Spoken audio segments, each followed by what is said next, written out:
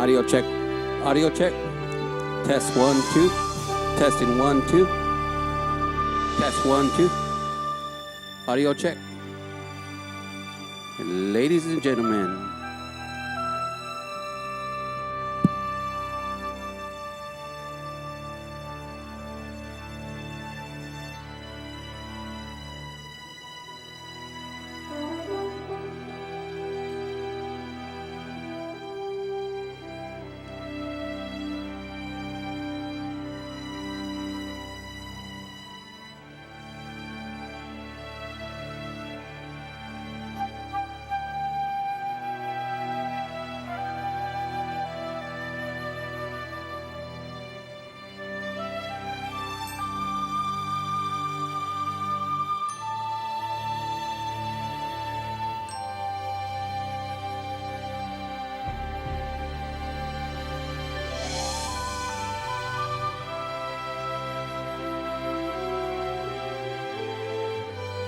test 1, 2. Test 1, 2.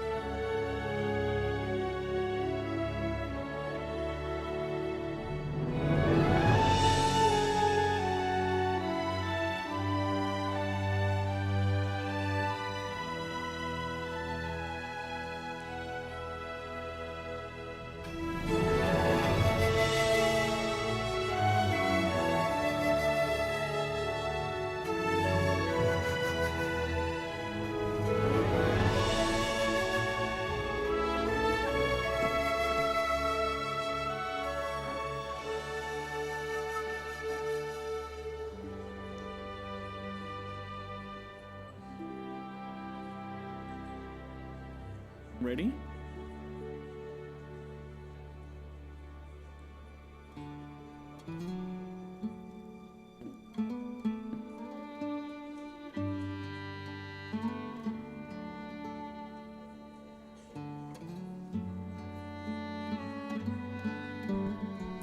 Hello, welcome to our regular school board meeting here at Gadsden Administrative Complex. I want to welcome everyone. We do have a full house, so the vibes are amazing.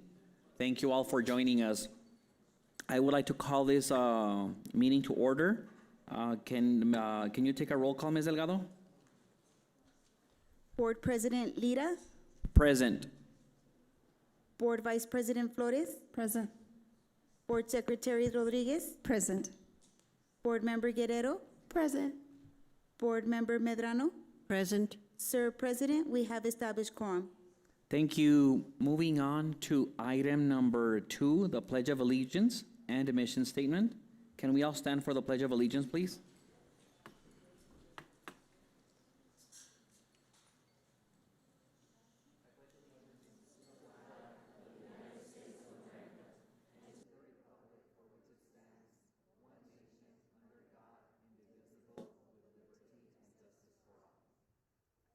I salute the flag of the state of New Mexico, the symbol of perfect friendship among the United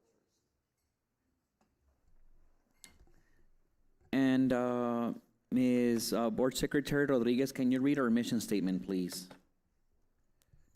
The Gadsden Independent School District will provide diverse educational opportunities that empower students to be successful in an ever-changing world. El Distrito Escolar Independiente de Gadsden brindará diversas oportunidades educativas que capacitarán a los estudiantes para tener éxito en un mundo cambiante.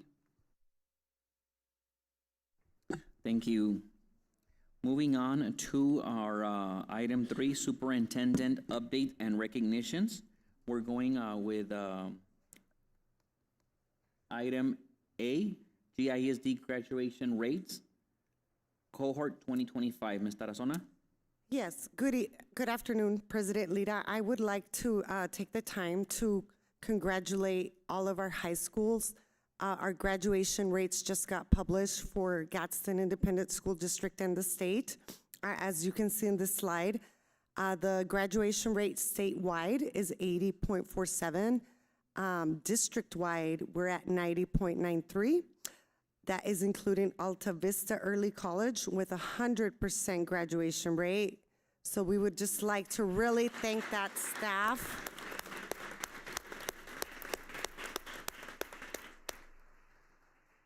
Thank the staff of Alta Vista for all the hard work, all the teachers, the IAs, everybody, custodians, nutrition, everybody that makes this happen every day at the schools. Everybody's integral to this part. Chaparral High School with a 89.50.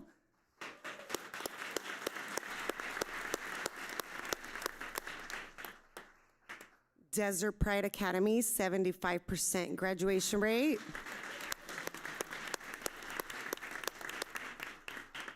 Gadsden High School, 89.8.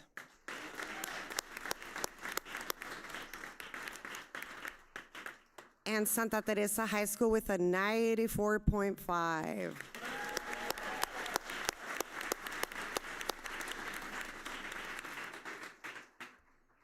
If we can go to the next slide. So 2 of our schools were recognized in the PED memorandum for having persistently high rates. Gadsden High School, as you can see, they continue to grow from 2024, a flat 89 to 89.8 in 2025. Santa Teresa High from an 89 in 2024. This is a huge increase to 94.5. So thank you, Ms. Suggs, Ms. Legarreta, for all the hard work that you guys do every day at your schools. Next slide.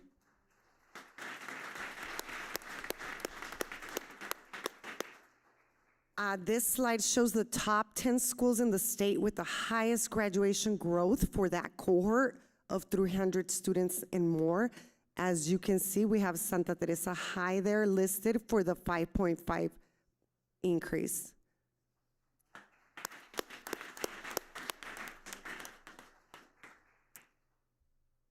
And the next slide, we have the top 10 schools with the highest graduation rate for cohort 2025. This is 300 or more students. Santa Teresa High again at 94.54. I noticed the only school that beat us was something called Los Alamos. So we are right there after that.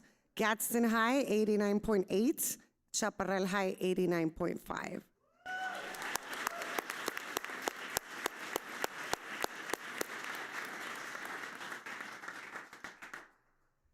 And this is the top 10 schools with the highest graduation rate for cohort 2025. As you can see right there, Gadsden is number 1 with Alta Vista having 100% for the last 3 years.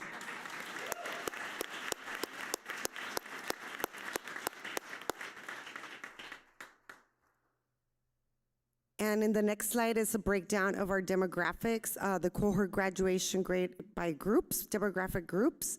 And so here we have African Americans, English learners, student with disability, economically disadvantaged, Hispanic, Caucasian, Asians, just so you get an idea of the breakdown throughout our different groups.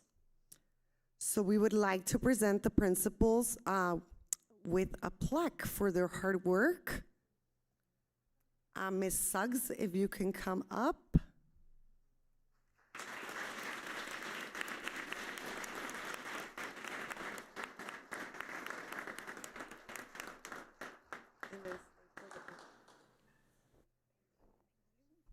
And then Ms. Legarreta.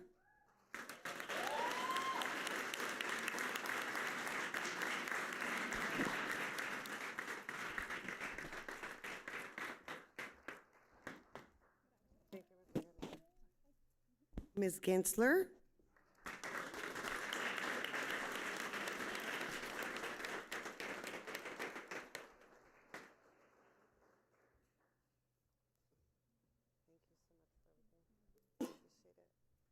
Ms. Payan.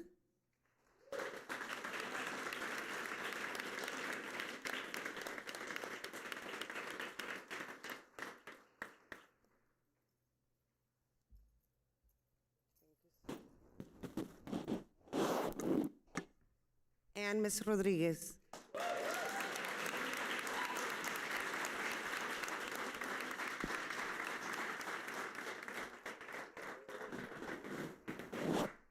So again, thank you to the administrators, the teachers, everybody working towards our success. We are number 2 in the state. That is something to say for Gadsden. So we're really proud of this administrative team, our teachers, and everybody that works every day with our students to create this progress. Thank you.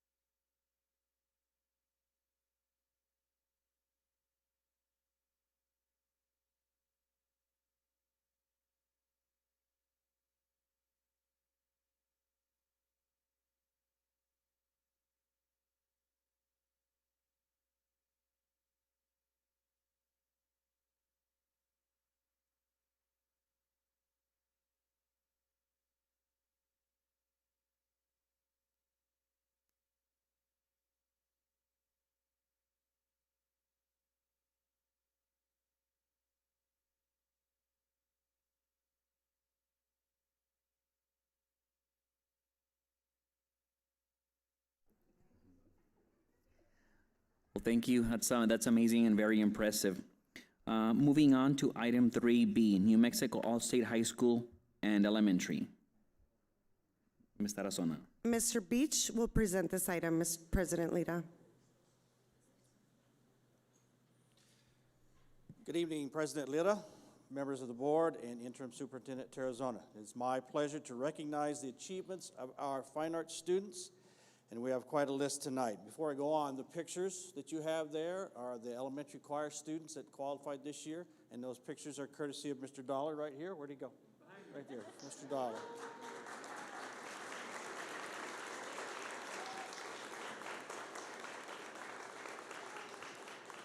So I'll start with the elementary.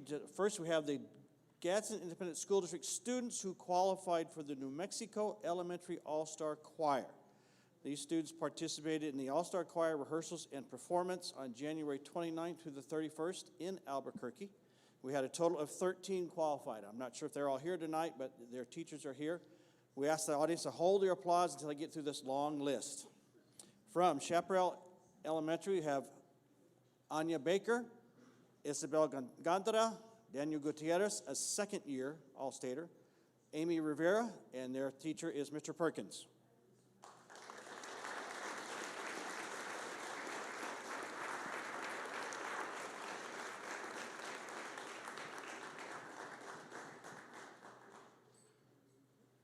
Go here. From Loma Linda Elementary School, we have Jimena Lopez. Mr. Taylor is her teacher.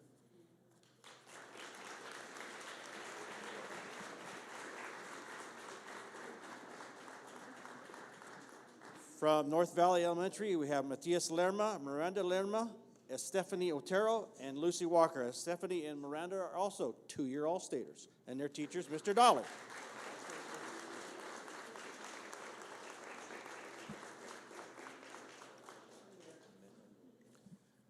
From Santa Teresa Elementary, Emma Castaneda and Elijah Hugo, and their teachers, Ms. Solares.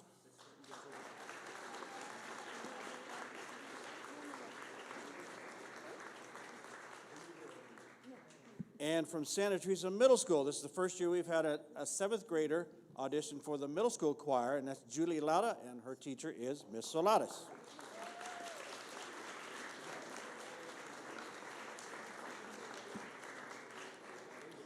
And from Yucca Heights Elementary, Yaelin Cabral Moreno, and her teacher is Mr. Uribe, who's not here, and he owes me lunch.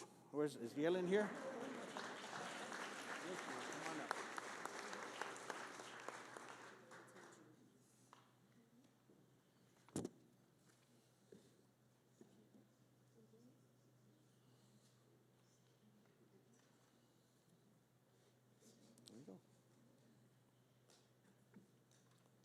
Get a picture in there, all right?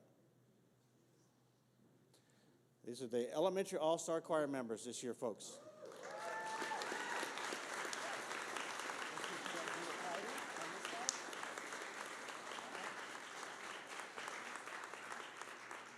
Three, two, one. Congratulations. Mr. Dollar, you want to get in here? Get in there. Oh. Okay. 3, 2, 1. Awesome. All right. All right.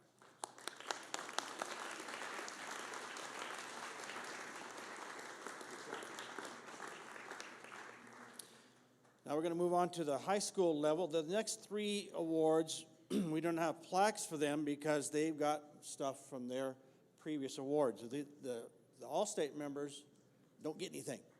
So that's why we provide a plaque for them. So let me move right along. From Gadsden High School, Ariel Laredo, qualified to attend the International Thespian Festival in Theater, Marketing, and Design. This event takes place in Bloomington, Indiana in June of this year. So we want to congratulate Ariel and her teachers, Mrs. Miller.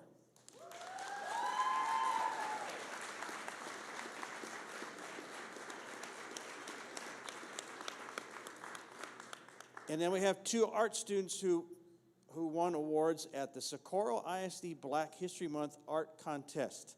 Brianna Valdez placed second, and Aiden Guzman placed first, and their teachers, Mrs. Arredondo.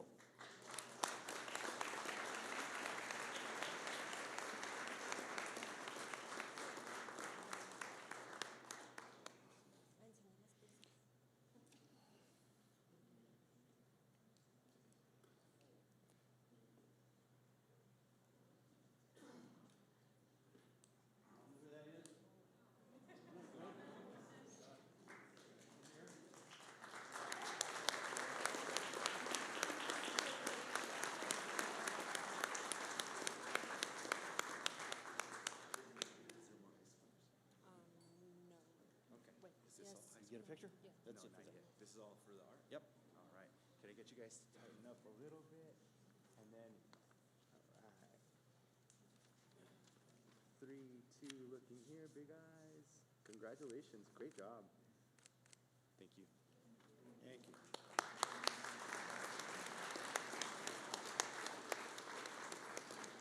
Okay, moving on to the High School Music Awards for All-State Choir from Santa Teresa High School. Her third year as an All-State Choir is Emma Fernandez, and her teacher is Mrs. Miller.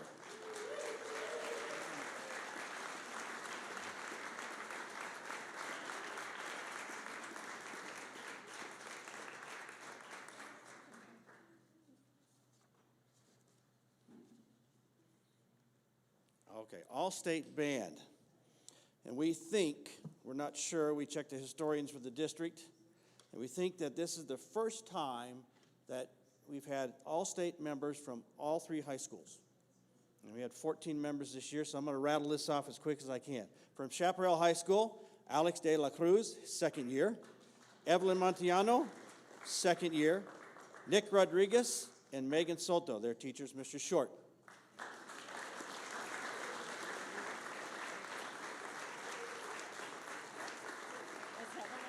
Megan is on her way. Okay. From Gadsden High School, Antonio Colazzo, Rogelio Ramirez, and Juliet Zimmerman, and their teacher is Mr. Villa.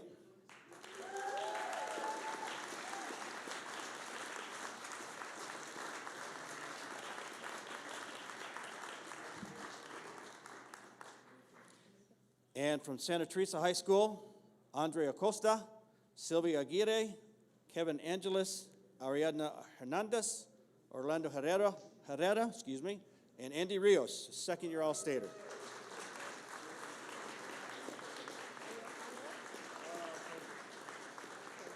And their teacher is Mr. McAllister.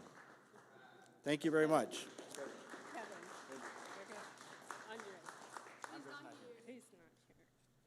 And if all the award recipients can stick around so we can take a picture of everybody with our board members, that would be great.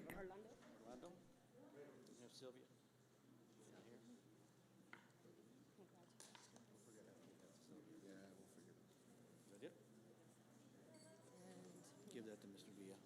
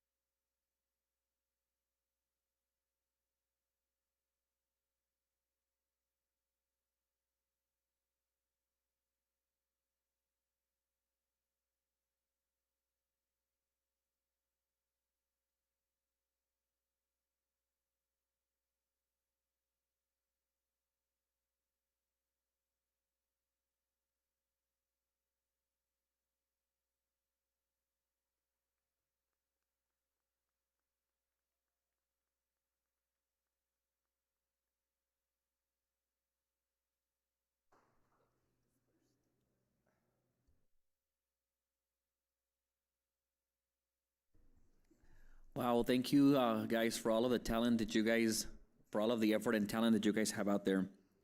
Moving on to item C, Ed Rising State and National Qualifiers for Chaparral High School, Gadsden High School, and Santa Teresa High School. Ms. Tarazona? Ms. Suggs, Ms. Rodriguez, and Ms. Legarreta will present this item.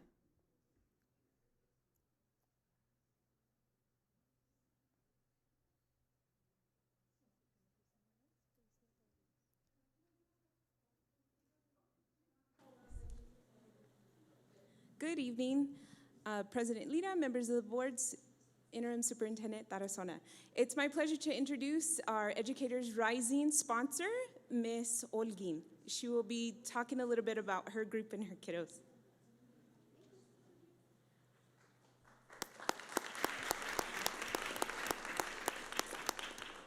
Good evening, board members. I'm Ms. Olguin, and I am the teacher at Chaparral High School.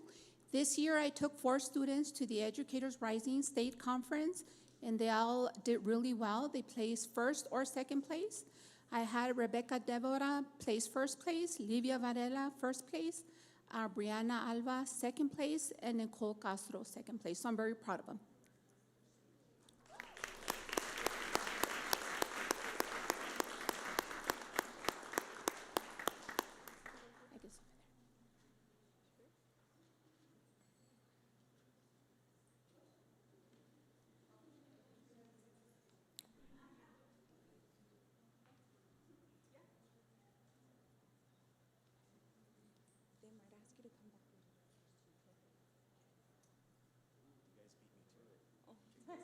No, that's okay. That's all right.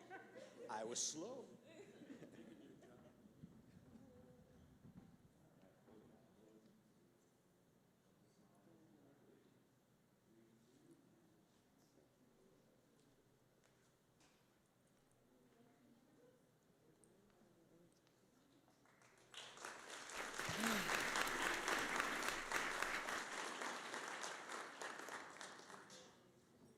And then we have one more group, our TSA, that did exceptionally well at their competition.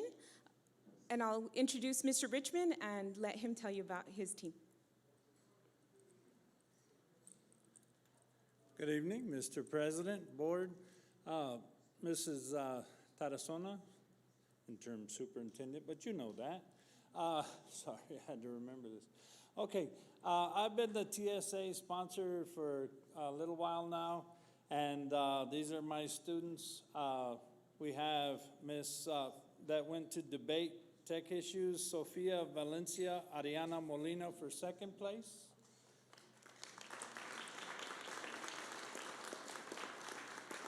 And Lily Stiles and Abriana Moreno for third place. For forensic science, which I'm very proud of because I teach criminal justice. If you didn't know, you know that. Fourth place, Yoselin Herrera and Hezekiah Garcia. Second place, Sofia Valencia and Ariana Molina. And first place, Lily Stiles and Abriana Moreno. And I'm very proud to say that this is the 17th year in a row that the Chaparral has won the forensic science, either in skills or in TSA. And I guess I'm gonna come back and do it one more time.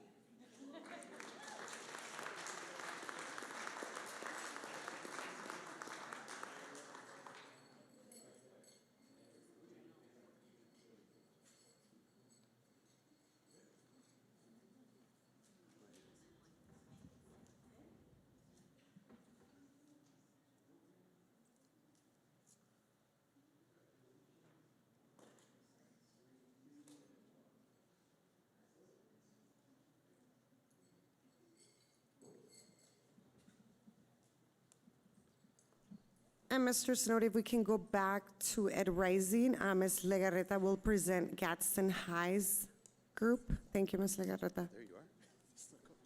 Good afternoon, President Lira, board members, Interim Superintendent Ms. Tarazona. It's with great honor that I have Ms. Lorena Valdez to present our Educators Rising from Gadsden High School.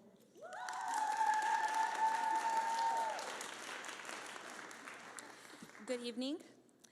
As an educator, every year brings on a new set of challenges and blessings, and I can truthfully say that this year's group reminded me on why I became a teacher and just reinvigorated me. We do have our internship students have completed over 60 hours, including several field trips and special events at at our feeder elementary schools and our feeder pre-K. We also have worked on our competition, and we had 13 students competed regionally, 7 qualified for state competition, and each of our 7 competitors placed this year. To our understanding, we were the only school across the entire state that had each competitor place. So for our third place, Jackie Garcia, Roxanne Salazar, and Yaritza Marin for researching learning challenges. Second place for lesson plan and delivery, Audrey Carrejo. Second place and national qualifier, Jennifer Salinas for children's literature K through 3rd in Spanish. First place and national qualifier, Leah Salazar for the Educators Rising Moment in Spanish. And I would not have been able to do any of this without our competition manager, Angeles Gramos.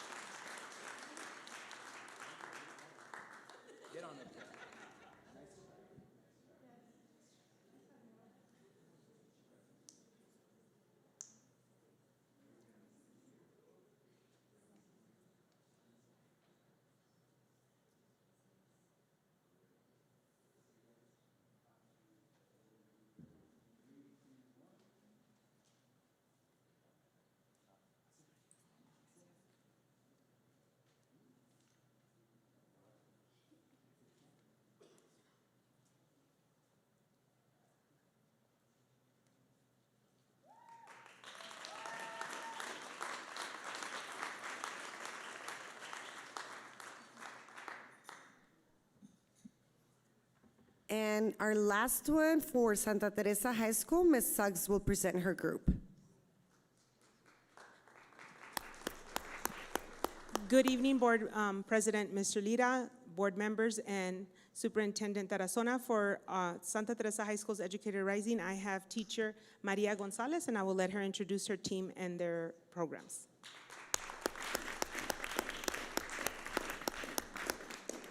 Good afternoon, board members and Superintendent Tarazona. My name is Maria Gonzalez. I'm the Educators Rising sponsor for Santa Teresa High School. And I would like to call to the front my students. This year, they competed at state, and I want to first start with our third place winners.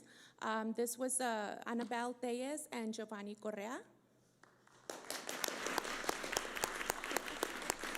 And they competed in a video about proficiency scales inside our school. So Giovanni's, unfortunately, he's sick today, but they did a great job, so congratulations.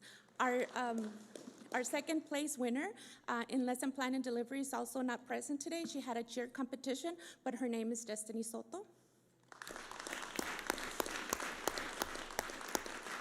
And our first place winner in pre-K children's book, we have a student who not only wrote the book, but illustrated it herself and watercolor painted it, and she won first place, and that is Angela Garcia. Thank you.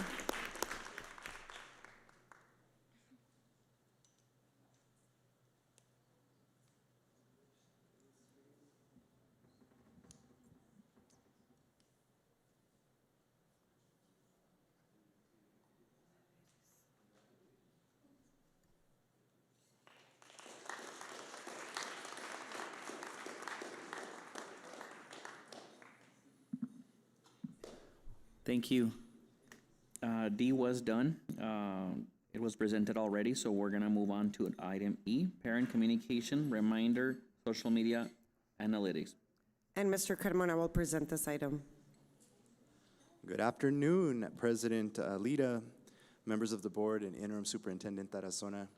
I bring to you just a brief update on our sender rate, our communication rate for the last 4 weeks.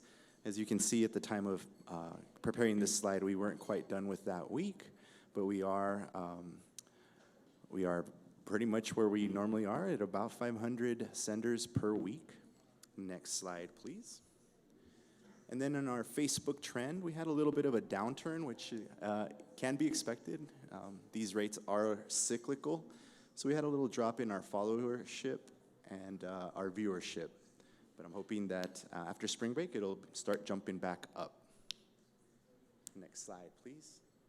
And then I wanted to show you, this is our YouTube channel. If you'll see there on our February 26th board meeting, we had a very high engagement rate. I just want to point that out, that we do have quite a bit of people tuning in to this live stream. maybe not during the live stream, but in the subsequent days, people are tuning in and becoming engaged with what's going on. I think that concludes my presentation for today. Thank you very much.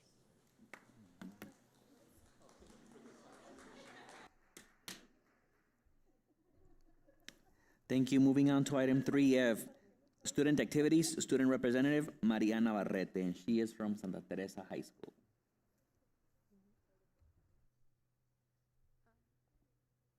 Good evening, President Lira, board members, and interim superintendent Tarazona. My name is Mariana Navarrete. I'm a freshman at Santa Teresa High School, and I would like to thank you for the opportunity to share a few updates about what is happening at STHS. As we head into spring break, our teachers are looking forward to a well-deserved break after working hard to support students all school year. School year. Even during spring break, many of our students will be representing Santa Teresa High School. 83 of our students will be competing at Skills USA state competition. These students represent programs such as culinary arts, criminal justice, drafting, welding, and computer science. We are very proud of them and wish them the best of luck to represent our school. Academically, our juniors are preparing for two very important assessments, the New Mexico Science Assessment and the SAT. These tests are taking place April 1st and April 8th. Students and teachers are working hard to make sure that our juniors are ready to do their best. We are also celebrating an exciting accomplishment at Santa Teresa High School. The Tribe of 2025 achieved a graduation rate of 94.5%, earning Santa Teresa High School the second highest graduating rate of New Mexico, in the state of New Mexico. This is something our entire school and community is proud of, and at the same time, we are encouraging the Tribe of 2026 as they prepare for their graduation on May 23rd, 2026. Our academic programs continue to grow as well. This year, over 250 students, including myself at Santa Teresa High School, will be taking advanced placement exams. This shows the commitment of our students and teachers to challenging themselves academically and preparing for college. In athletics, we would like to thank our winter teams for a great season, as well as wishing our cheer team the best of luck as they perform at state. Spring sports have now begun. These include baseball, softball, track, and golf, and our Desert Warriors are already working hard to represent our school with pride. We would also like to recognize our recently announced Teacher of the Year, Mr. Oscar Cardona. His dedication to students and our school's community represents the spirit of Santa Teresa High School. As we look ahead, we have about 8 weeks left in the school year, and we are working towards finishing strong. Our students, teachers, and staff are committed to continuing to work hard and represent Santa Teresa High School. Thank you for your continued support of our school and for everything you do for the students and our district.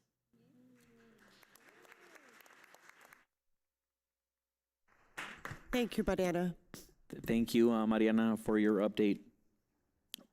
Moving on to item 4, board members report. Board member, Ms. Corina Medrano. It's very obvious that good things are happening in the Gadsden district, and we should all be very proud of what's going on. It takes the student, the parent, the teachers, everyone working together to achieve the success that we are achieving. And I couldn't be any prouder, and to be completely honest, I wish I was back in the classroom. We might be able to find you a bilingual opening. Okay. And we have every reason to be proud of our students. I don't care what some other people say about the Gadsden district. We're at the top, and we're going to stay there. Thank you.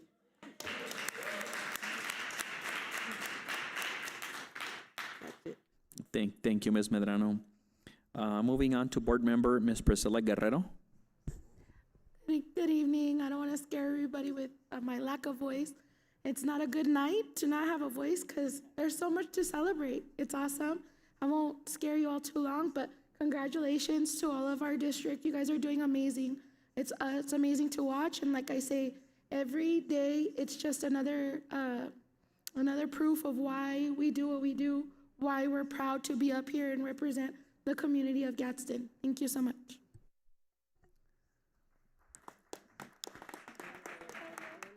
Thank you, Ms. Guerrero. Moving on to Board Secretary, Ms. Claudia Rodriguez. Good evening. Well, let's see. We obviously see, as everyone has said, all the great things that are that's happening here in Gadsden. And really, it's the dedication that we see. I was mentioning that for the All-State Choir, I remember when my oldest daughter was part of this All-State Choir, and thanks to Mr. Dollar, which was here, and thanks to Ms. Miller, she was here as well. And because of that, my daughter is a music teacher because she had teachers that really motivated her. So thank you for all the dedication to everyone that you do. It creates an impact on our children, right? And we can see that. I also attended the Youth Mental Health First Aid the last week. I didn't attend the one for this week, but oh my goodness, it is something that is amazing, and it was great to see all of the staff at Gadsden High School participating. It's very good to see that they're there and they're eager to learn as well. And this program is definitely gonna, something that helps the staff to be able to assist the students, right? As it says, it's first aid. So thank you for I believe there was a grant that allowed this program, so all the staff could participate, and hopefully that continues because it's of great benefit to everyone. And then I also attended Coffee with the Superintendent, and again, it's great to see Ms. I had her name and I just spaced it out.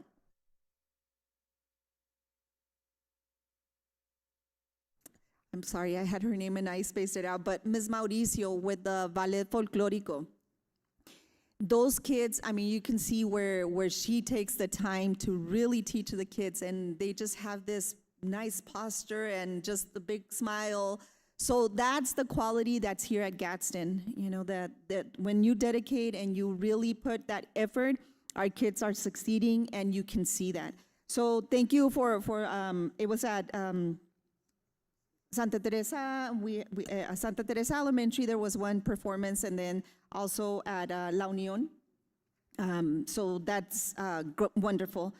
And again, thank you for being here, participating. Parents, please, I want to remind you, there's always coffee with the superintendent, coffee with the principal. That is a way to keep informed of what is happening within our district, and with the principals, what is happening within the campus of your child. So please attend, and at that moment you can bring concerns, you get a lot of information. So please attend. I encourage you to be a part of this. And that concludes my report.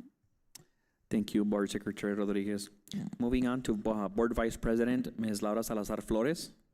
Good evening, everybody. I'd also like to start off by congratulating, I think Ms. Natalie is like the early childhood director, so thank you so much for inviting us to the pre-K center. It was beautiful, enjoyed the performances, and the facilities, it's beautiful. I don't know what else to say, so y'all have fun teaching there.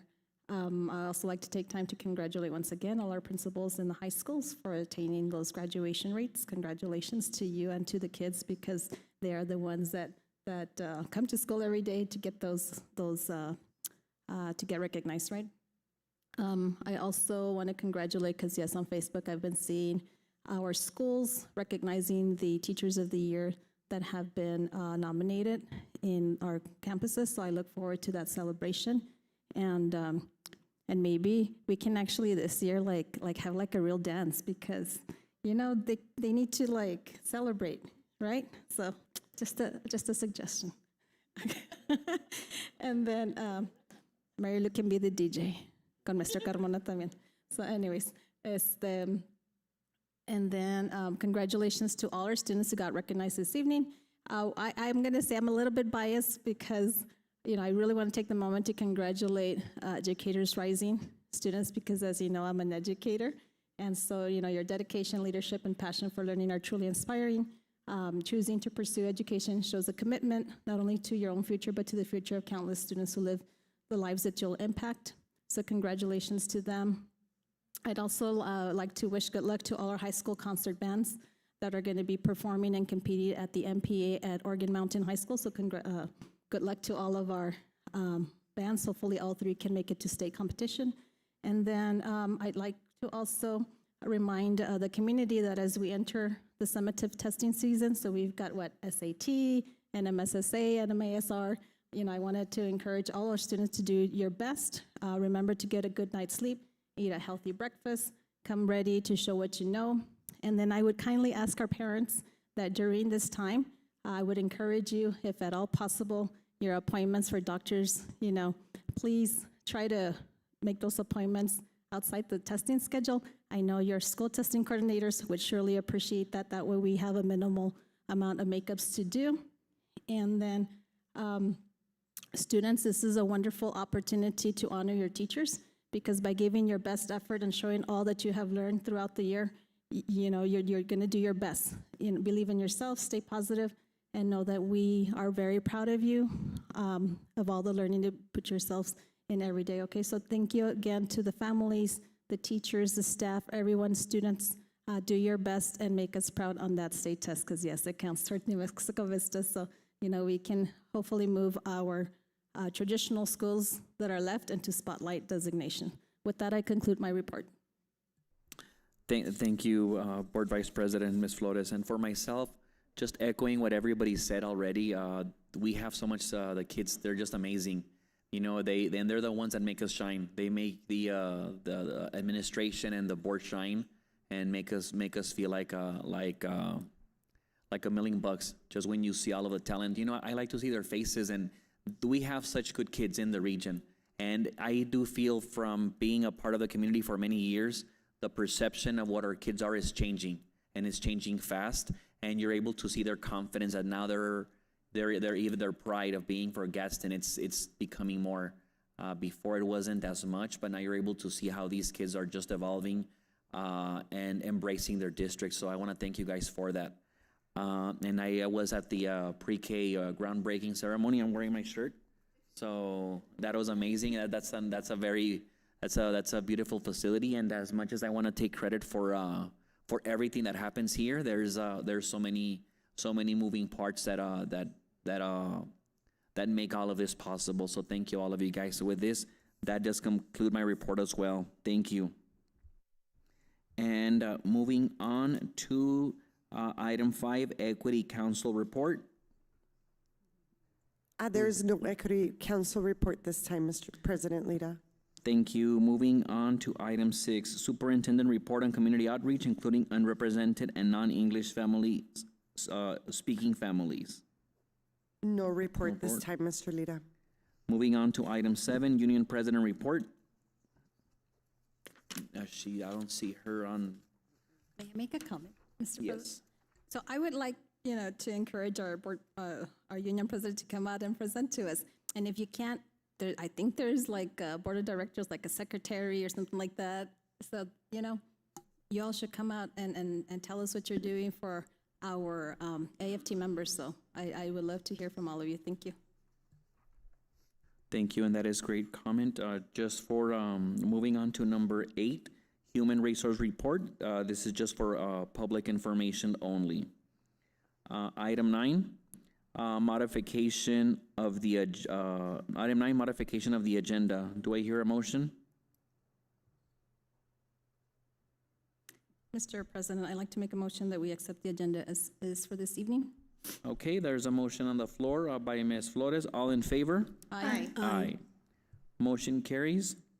Moving on to item 10, regular school board minutes for February 2026. I'm going to say so move. So move. Can I include the A of both? Or do they have to be separate? Well, no, I think separate. So you kind of made the motion already, so just take the call, the roll call. All in favor? All in favor? Aye. Okay, so moving on to 10A, special school board minutes for March 3rd, 2026. Is there a motion? So moved. So move. All in favor? Aye. Aye, thank you. Moving on to item 11, consent agenda. Do I have a motion for the consent agenda? President, I would like to make a motion to accept the consent agenda as it is. Thank you. There's a motion by Ms. Rodriguez for the consent agenda. All in favor? Aye. Aye. Motion carries. Moving on to item 12, open forum. Ms. Delgado, do we have anyone that would like to? Sir President, we have none. Thank you. Moving on to item 13, action items. Item A, replat of Riverside Elementary. Ms. Tarazona. Cadena will present this item. Good afternoon, President Lira, board members, interim superintendent, Ms. Tarazona. During the construction of the Riverside Pre-K, while it was still under construction, we decided as a team and also with the staff and faculty of the Riverside Pre-K that it would be preferable for the Riverside Pre-K to have their own address. Especially if you were there for the ribbon cutting, you see that they face Mount Cristo Rey. And the pre-K does have their own events, their own, their own presence. And when we combine the Riverside Elementary address, it causes confusion. Parents go to Riverside Elementary, etc. So we started the process during the construction, and what it took is we had to submit for a subdivision replat of that property.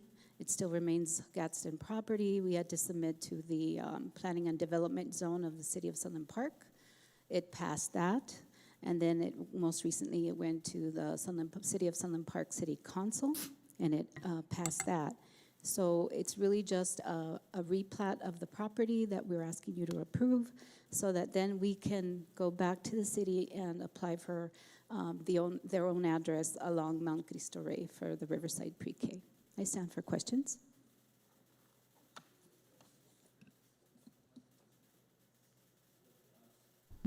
Since there's no discussion, do I hear a motion to approve item 13A?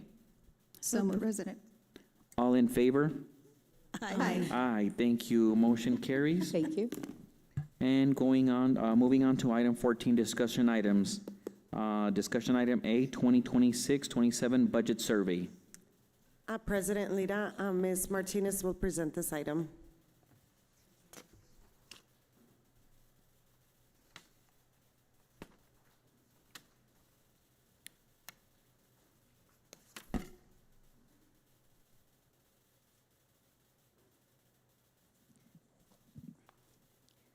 Good evening, Board President Lira, members of the board, Interim Superintendent Tarazona.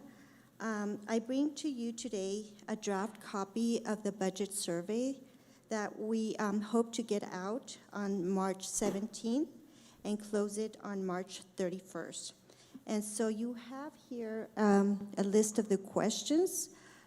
If you'd like to review those, make any suggestions, we can take those suggestions at this time.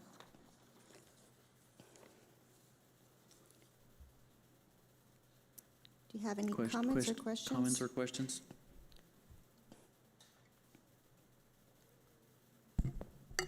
I did have, somebody had reached out and had mentioned that some of the questions are only allowing them to pick one, and they were requesting, if possible, to continue to be able to select up to 3 as the rest of them.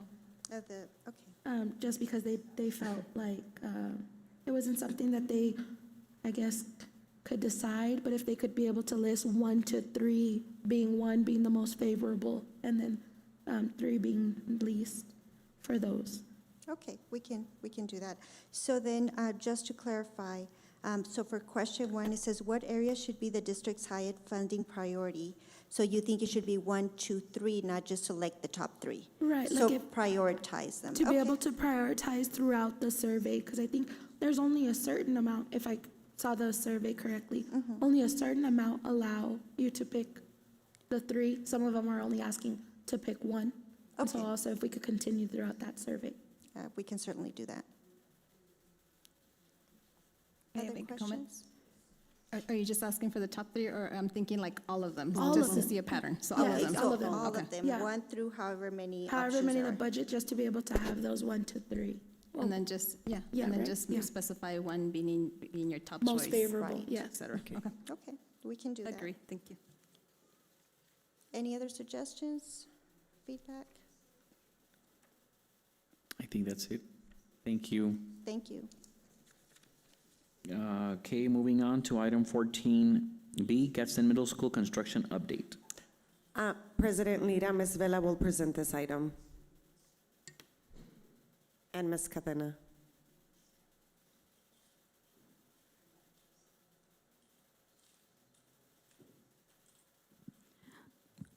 President Lira, members of the board, Interim Superintendent Ms. Tarazona. I wanted to first, before Ms. Vela starts, I want to recognize Ms. Vela, Mr. Nevares, Mr. Smythe, and Mr. Hernandez, physical plant and construction team. They are awesome. And I couldn't say enough about them. They all work together so well. And this project itself is an example of teamwork. Yes, we have excellent architects and contractors, but these 4 people look out for the district, and they make decisions every day, and they keep us abreast of everything. So thank you very much, and then I'll hand it over to Ms. Vela.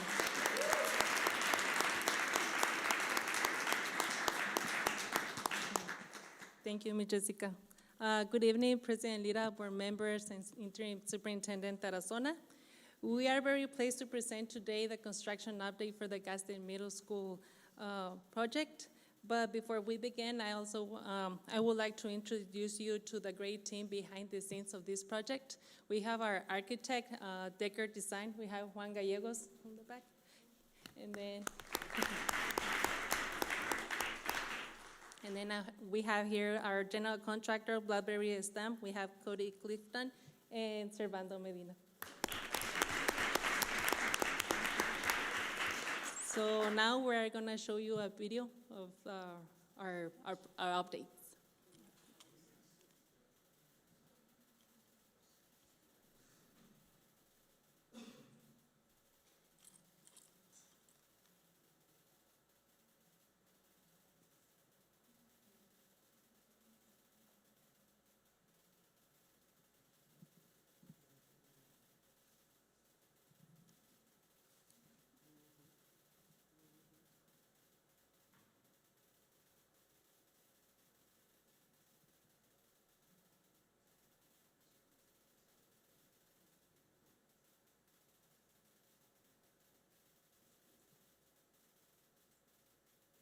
What you're seeing, it's around like 130,000 square feet of building, like the new building and the renovated buildings.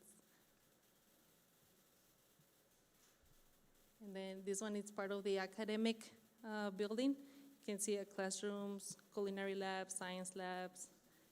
And you will see in a moment that we have also the science labs right in there. We have the restroom.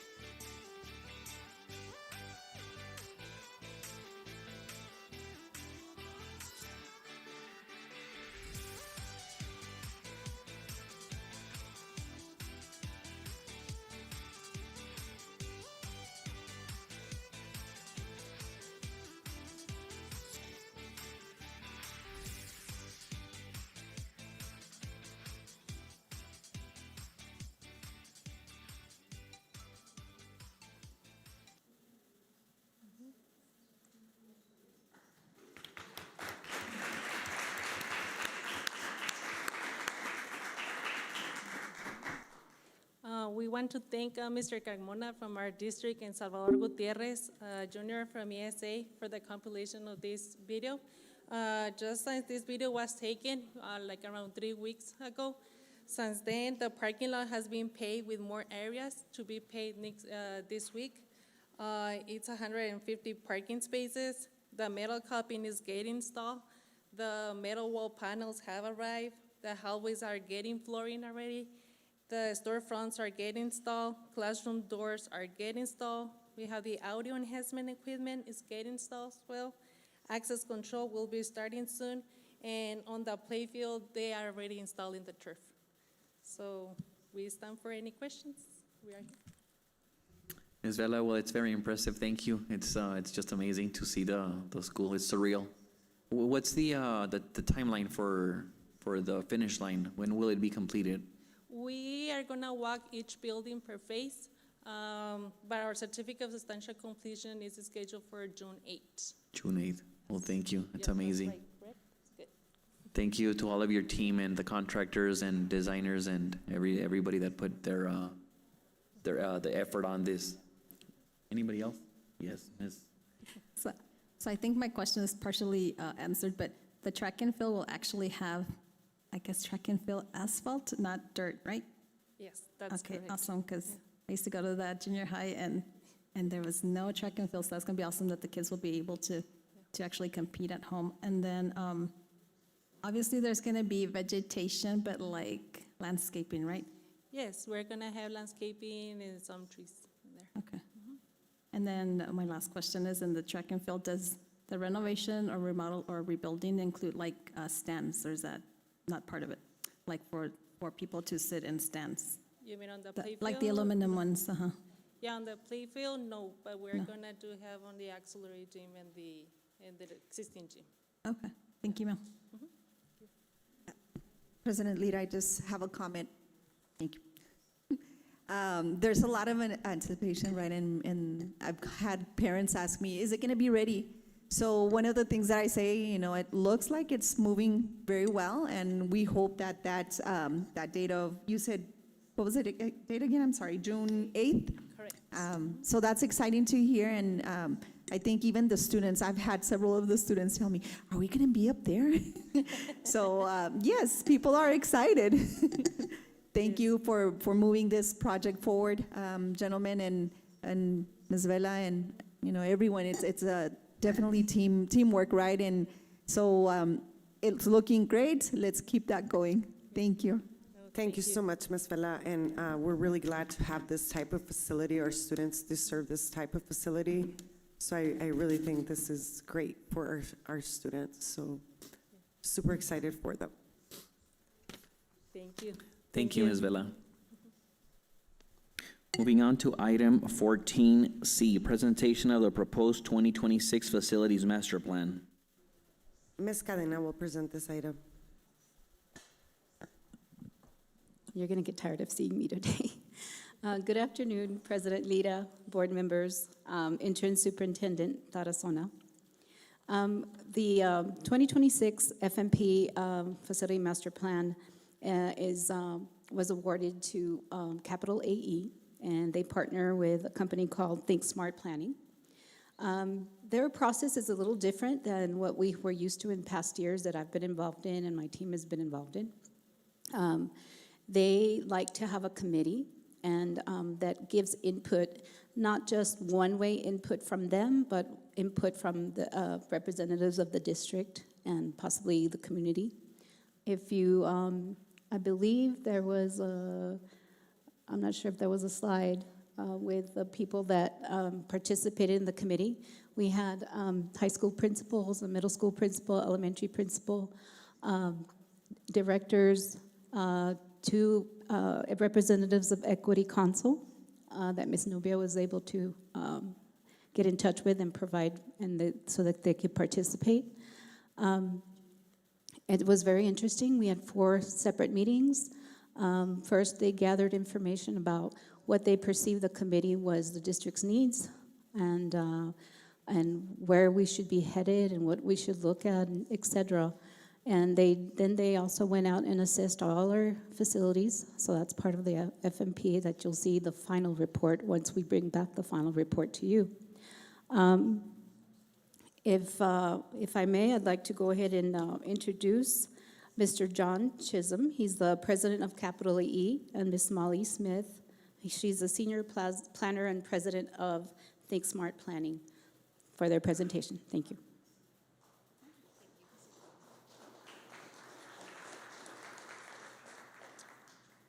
Thank you, Ms. Cadena, and thank you, Board and Superintendent, for having us this evening. As Ms. Cadena said, we believe that facility master planning really should involve your constituents from all across your district. This is not our facility master plan. This is your facility master plan, your communities. We see our job as, we say, we're collectors of your data, teachers of the information, and guides through the process. We don't make your facility master plan. We help your district, your community, build your facilities master plan. As part of that, we work across the state for a lot of districts and have for years, and we do understand the process very well, not only internal to the district, but also to help navigate ways to what we say is turn your dollar into $2. And so obviously with your new middle school coming online here soon, you understand that process, but it's very important, and you'll see as we walk through our presentation that we understand how to get the most out of every dollar that your taxpayers are contributing. And so thank you for letting us be here tonight. As Ms. Cadena said, I'm Josh Chisholm. I'm the president of Capital AE, and yeah, I have Molly Smith here as well. We're teamed up on this project, and we're very fortunate to be here tonight. We have been working with the facilities team for 6-7 months now on this project, and as was said earlier, your facilities team is incredible. We recognize early on how invested they are. I assessed a vast majority of your schools and got to meet a lot of your staff, saw a lot of your kids, saw a lot of hard work going on, but also saw the needs that you have across the district. And so I personally have been fortunate to get to meet a lot of your people and get to work with your team, and your facilities team specifically is, yeah, there's some shining stars there. So recognize how fortunate you are, I think, because it's not that way everywhere. So we're going to jump in, I think.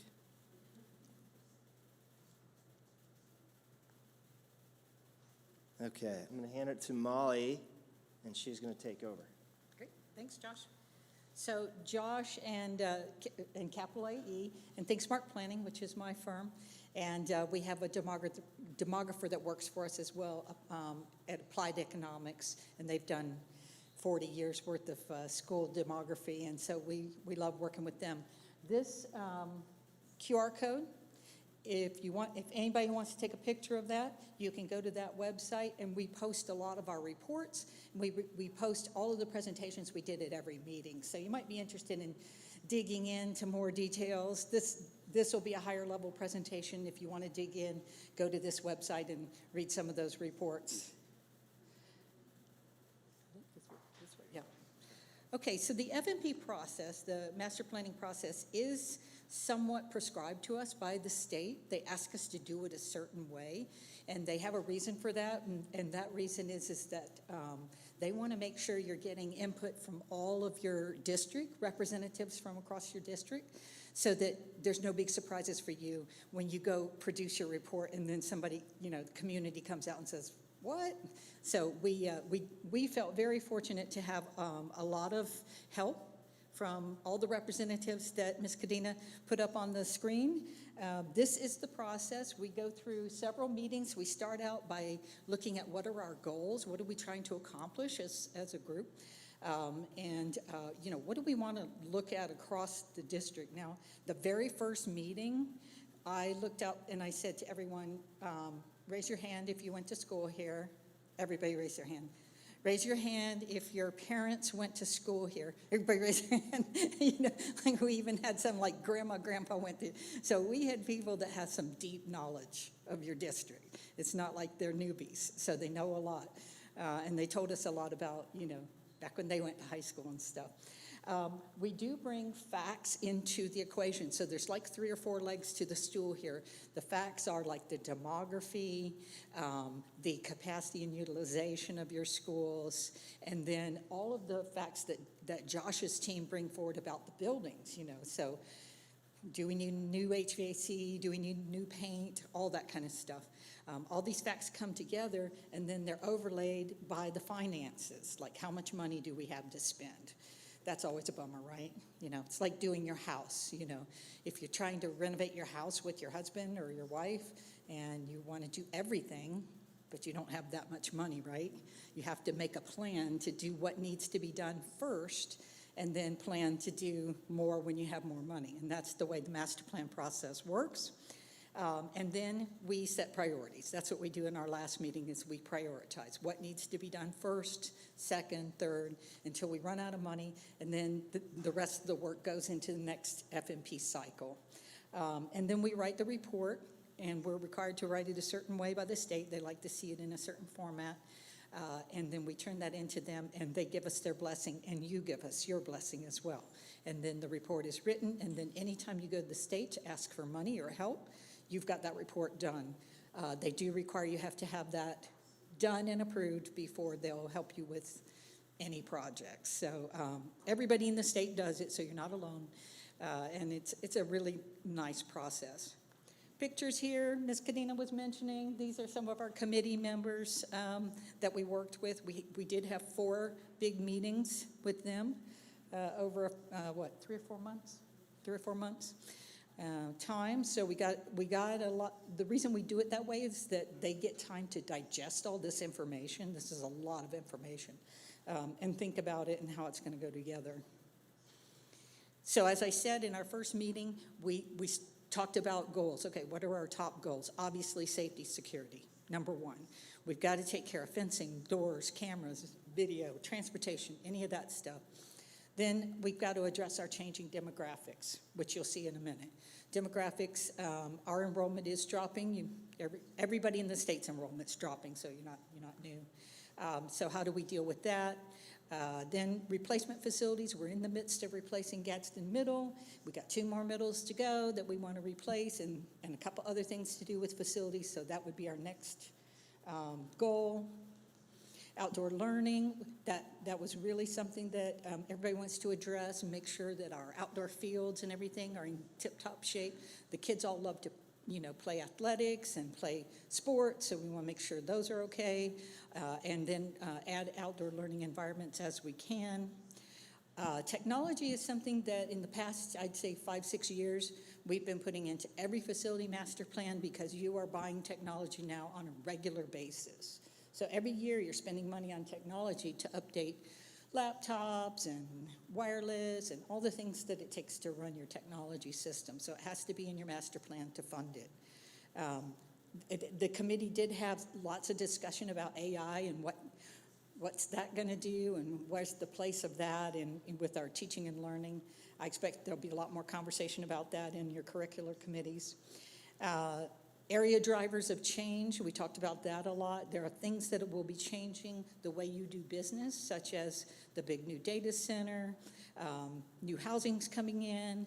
Climate change is affecting everyone in terms of it's getting warmer, we're having flooding, lots of things like that. And that does affect our school buildings, obviously. And and data center. And then legislative priorities. The legislature has their own priorities they always put onto us, right? They want us to do more pre-K. They always have something new every single year. They're doing child care now. Everybody's doing child care, and all the districts are wondering how to address that.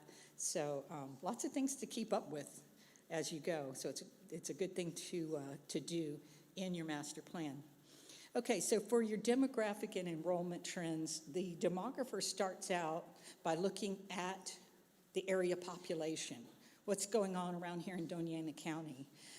And they give us a comparison from the 2000 census, 2010, and 2020 census. So those are the three bars you see here, the blue, yellow, and orange.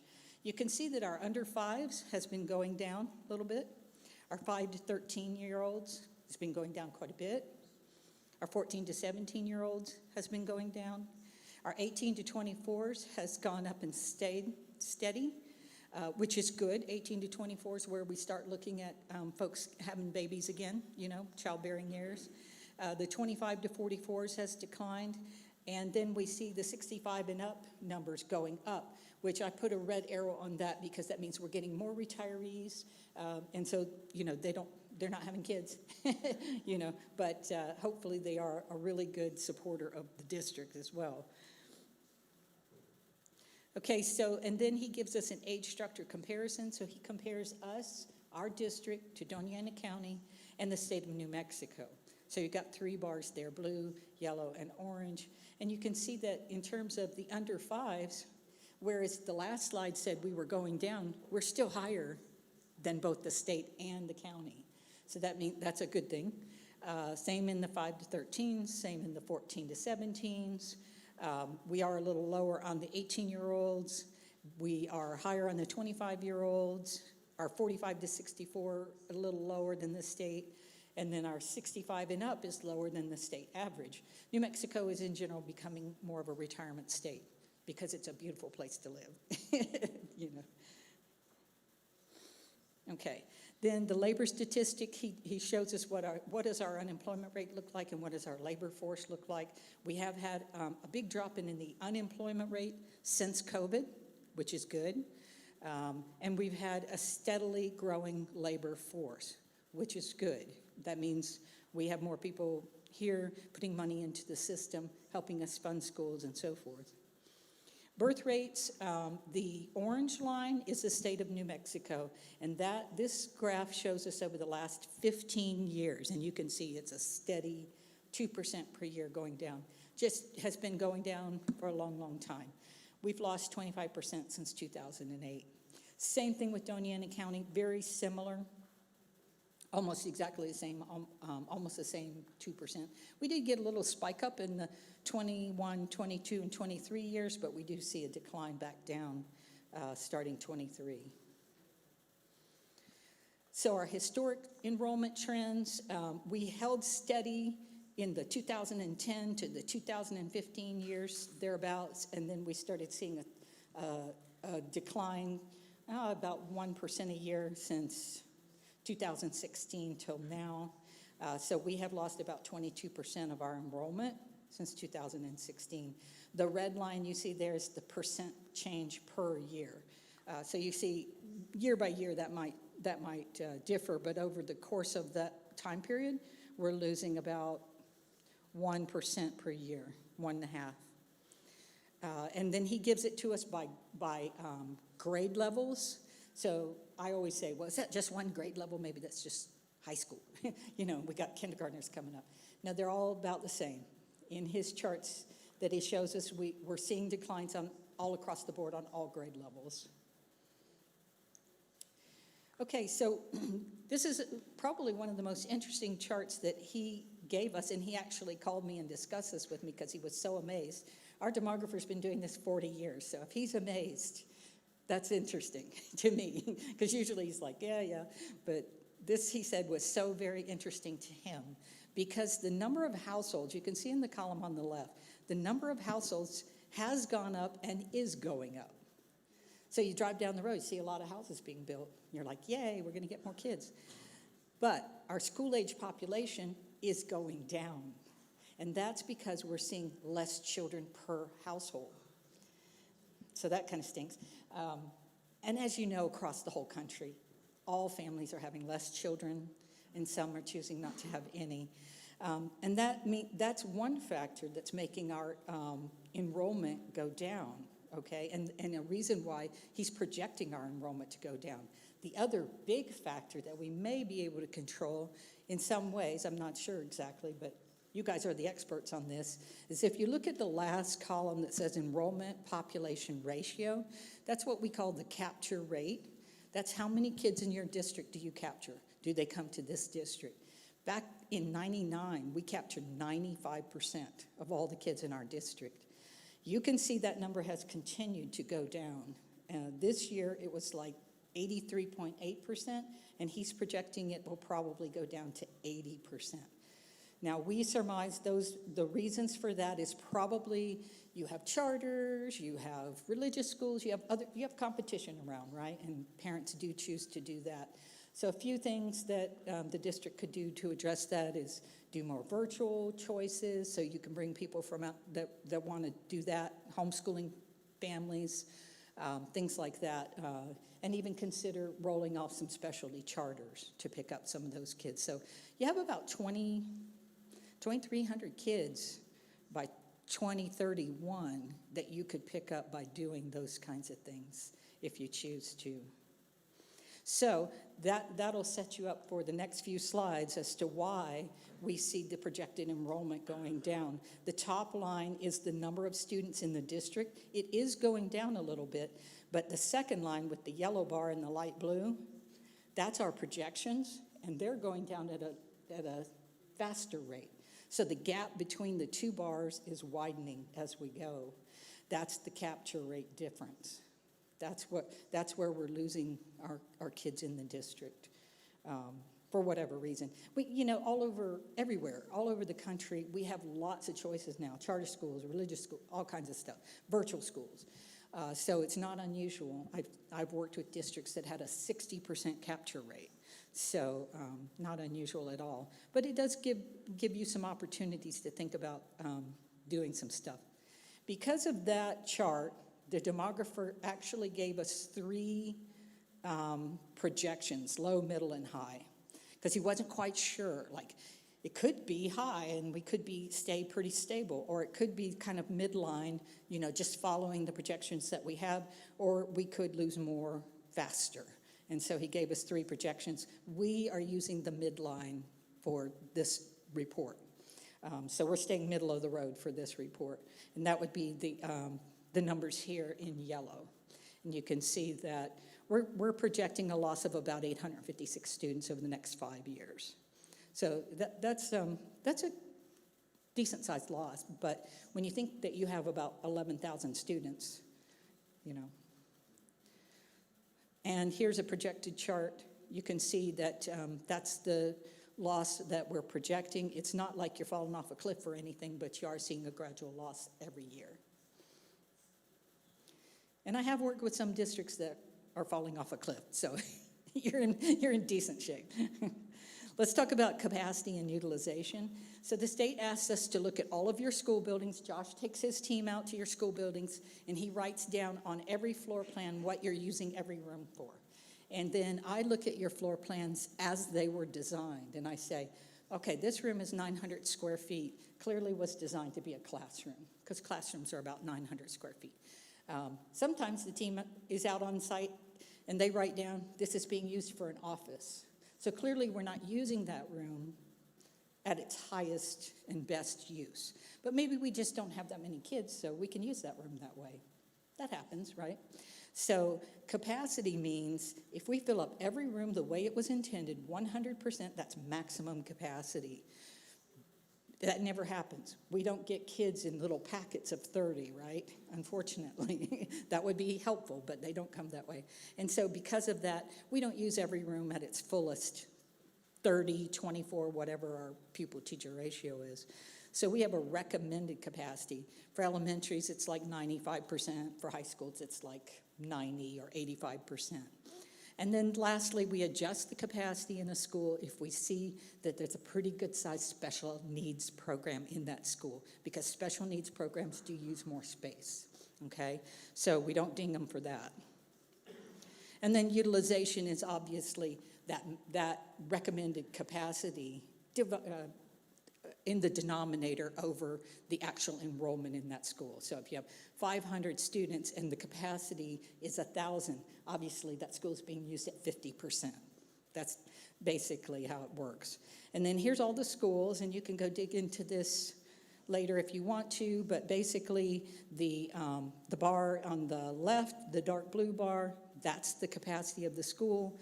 The one in the middle is the number of kids we have in there now, and the one on the right is the number of students that are projected in the future in 2031.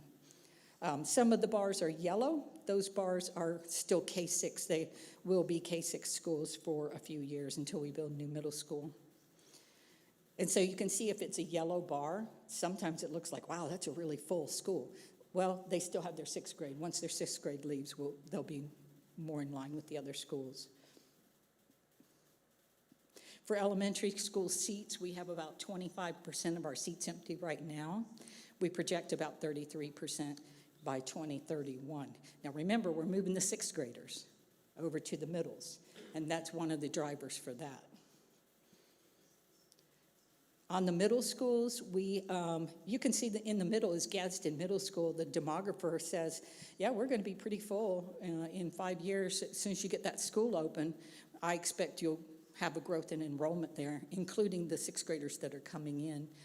On Chaparral, you are approved for 955 students from the state. That's how big they're going to let you build that school, and we're projecting about 797 students in that school in 2031. And then Santa Teresa, it has 6 through 8 students, and we'll have that until the other schools are open, or the other middles are open. Actually, it'll have 7, 8 until we open a new Santa Teresa middle. So it's only, you can see the orange bar is lower than the other 2 schools. That's because it's only 2 grade levels in there. And the enrollment at the middle schools, we've got about 30% of the seats open now. We expect to have 12% open in 2031. We're bringing those 6th graders over. So we're taking up a little hunk of space there. But one of the things that you're doing in the middles that's really good, and you will be doing as you renovate schools over time, is your right sizing. In other words, you're building schools for the number of kids that you actually have now, whereas the older schools that you have were built for 20 years ago. Think back to the chart I showed you of the number of students you had 20 years ago. It was a lot more students. So you built bigger schools. But today, those schools stand about half empty or 60% empty because the enrollment went down. And so as you replace those schools, you right size to the number of students you have.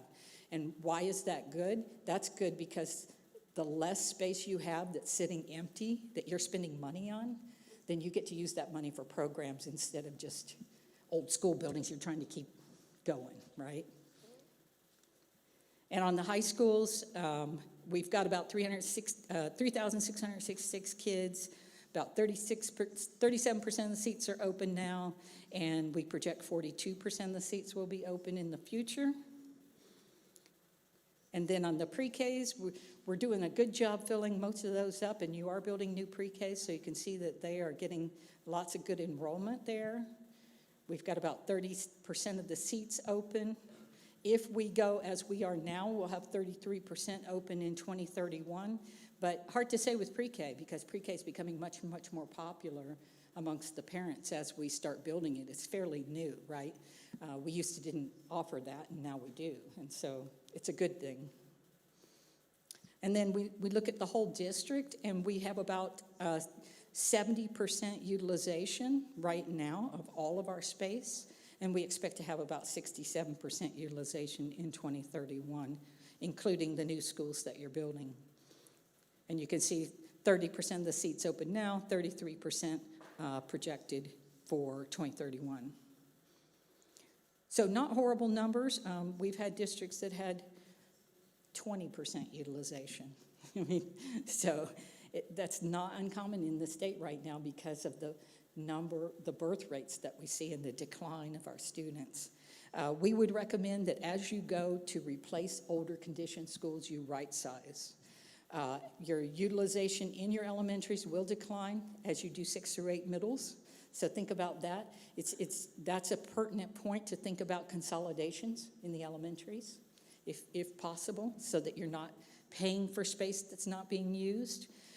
Keep rebuilding the middles as you're going. That's a great recommendation. And the high school should also right size as they go. So most high school campuses are campus buildings. There's lots of buildings on the campus. If one of them looks like it's dilapidated and you don't need it, get rid of it and start right-sizing the campus as you go. And then, of course, and this is probably not about buildings, it's more about curriculum, but maybe think about ways to address your declining capture rates with different programs and stuff like that. Josh, I think you're up.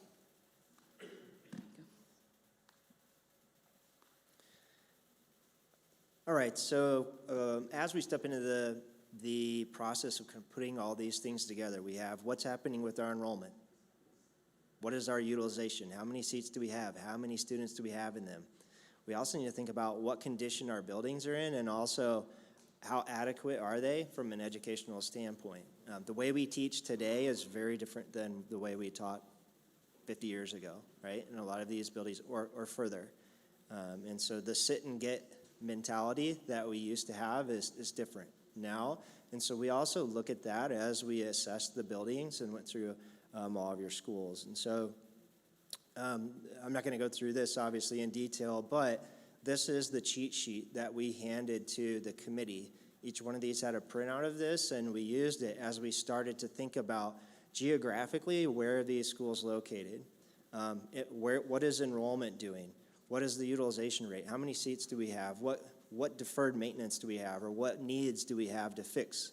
And so as you work your way from left to right, you can see all of your different buildings, how old they are, what condition they're in, and that condition rank is colored there, and we use that because that is the state's ranking system, PSFA and PSCOC.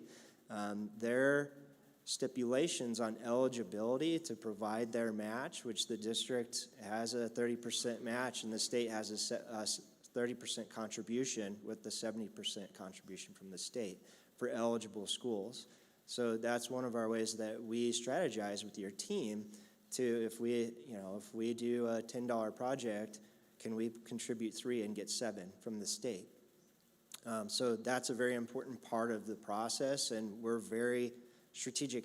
Every single thing that we assess in your schools, we identify whether or not the state would pay for that. If you went to them and said, we need a new roof, is it eligible? That question mark goes on every single thing we look at. And we look at everything from the foundation to the flooring and paint to the roofs. So you can see that in the capital needs column, everything we identified added up to just under 60 million in needs across your district. If you were to replace the whole thing brand new, it'd be about 2 billion. Of course, taking care of what you have is your strategy. You don't have enough money to try and go after everything. So where can we invest strategically in new schools? And how do we strategically use the rest of the money we have to continue to maintain to the best ability we can the rest of these schools? Okay, Molly already covered enrollment and utilization, but that far right column is what we're looking at. What utilization rate are we going to be at in the future? Okay, once we start to build a plan, the big question is, well, how much money do we have to spend? We're very intentional about saying we're going to build you a plan, help you build you a plan that is financially achievable first and realistic second. This is a 5-year facility master plan, and that's the stipulation from the state. So we do think long term, but in the next 5, that's fairly predictable. And once we get beyond that, it becomes hard to predict what's going to happen with enrollment, what's going to happen with finances. Our global economy today is flipped upside down as it was 2 weeks ago, right? So we are able to do with fairly good confidence put together a plan over the next 5 years. So how much money do we have to contribute to facilities in the next 5 years? We had 3 major buckets. The first one was what is left of the 2021 bond, which is about $9 million. That is left, but it's already been allocated. Well, we want to make sure that we identify that with transparency, but also with transparency show that it's already been allocated.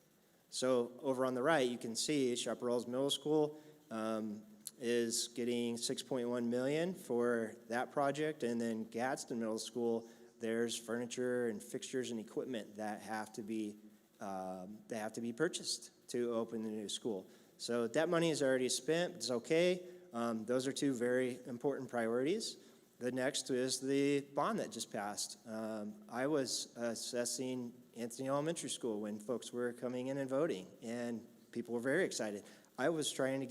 People were trying to convince me to vote as I was coming in.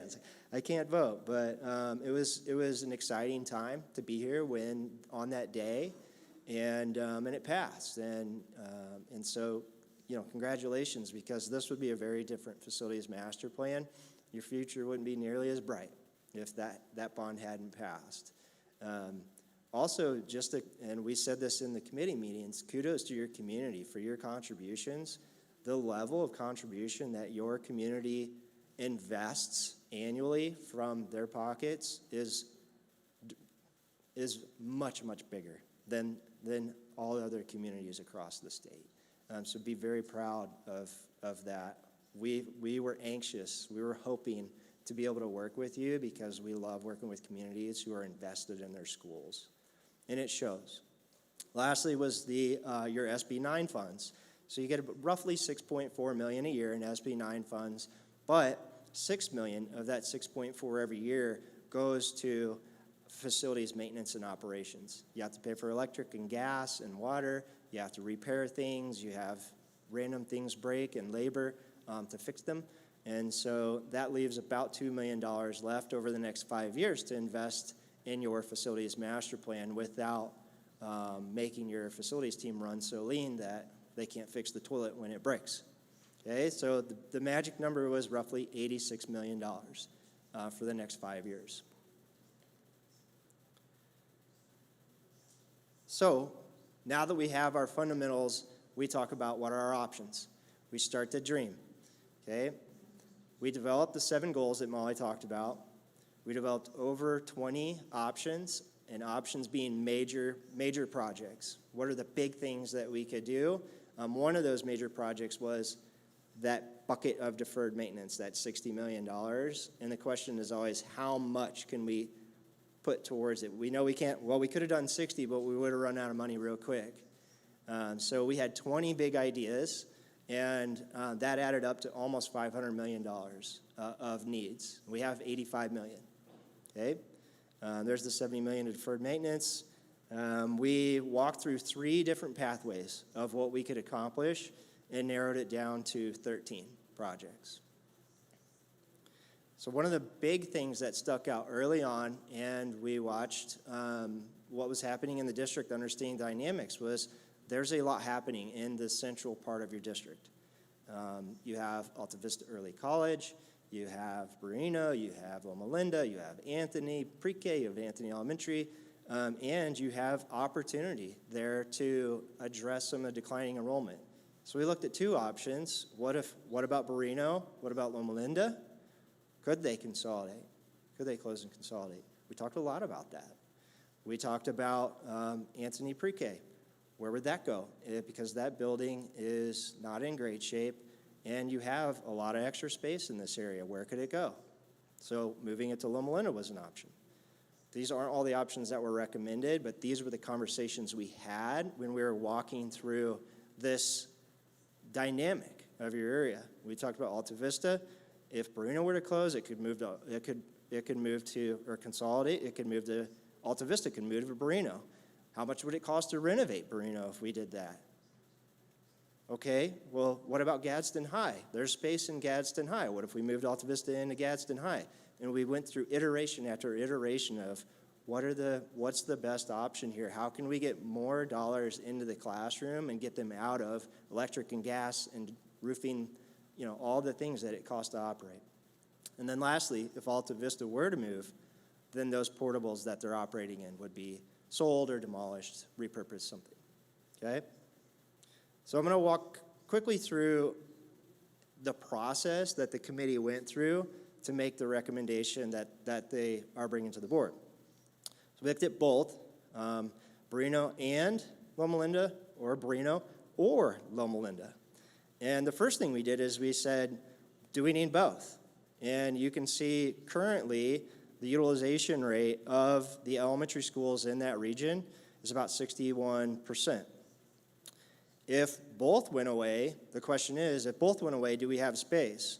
And the answer was yes, we do. We would be at 82% utilized and still have almost 300 open seats. But just because the data supports it doesn't mean that's the right thing for your community, and that's why it's not Molly and Josh's plan, because we don't live in your community. It's our job to bring you the data. It's your job to figure out what the best thing is for your community, okay? When we stepped into option 1C about Anthony moving into Loma Linda, we said, how many kids are in Anthony pre-K? How many seats are in Loma Linda? And there's 382 seats, and we're projecting to have 71 kids. Does it make sense? Does it not make sense? That was one of the recommendations as part of it.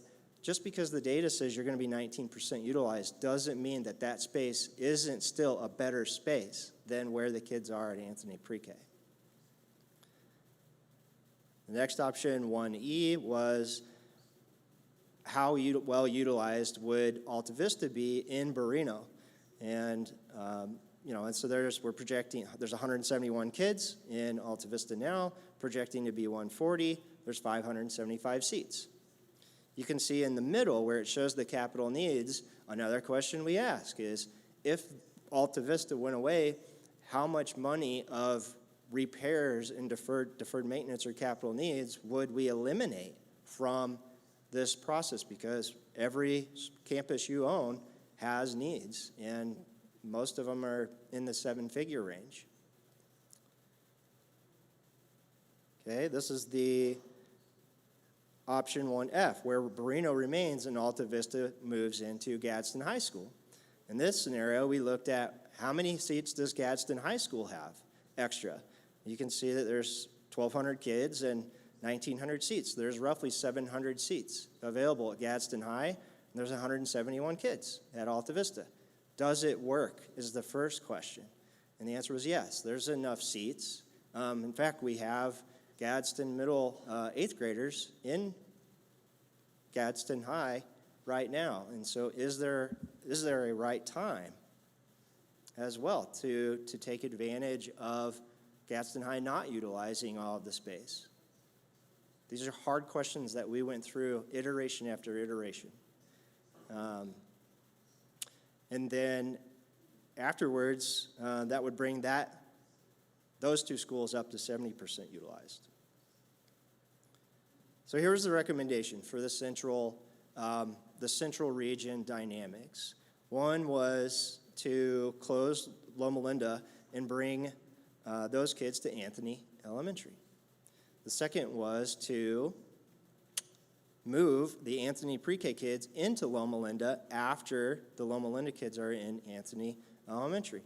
Next would be demolish the Anthony pre-K buildings. Alta Vista moves into Gadsden High School. It's a very low cost from a construction perspective because it's a high school, not an elementary school like Barreno. And lastly, once they're out, demolish the portables. Okay? So what happens overall? What is the overall impact of this? We looked at every school that is part of this conversation, and the net gain from a utilization perspective is 0.2%.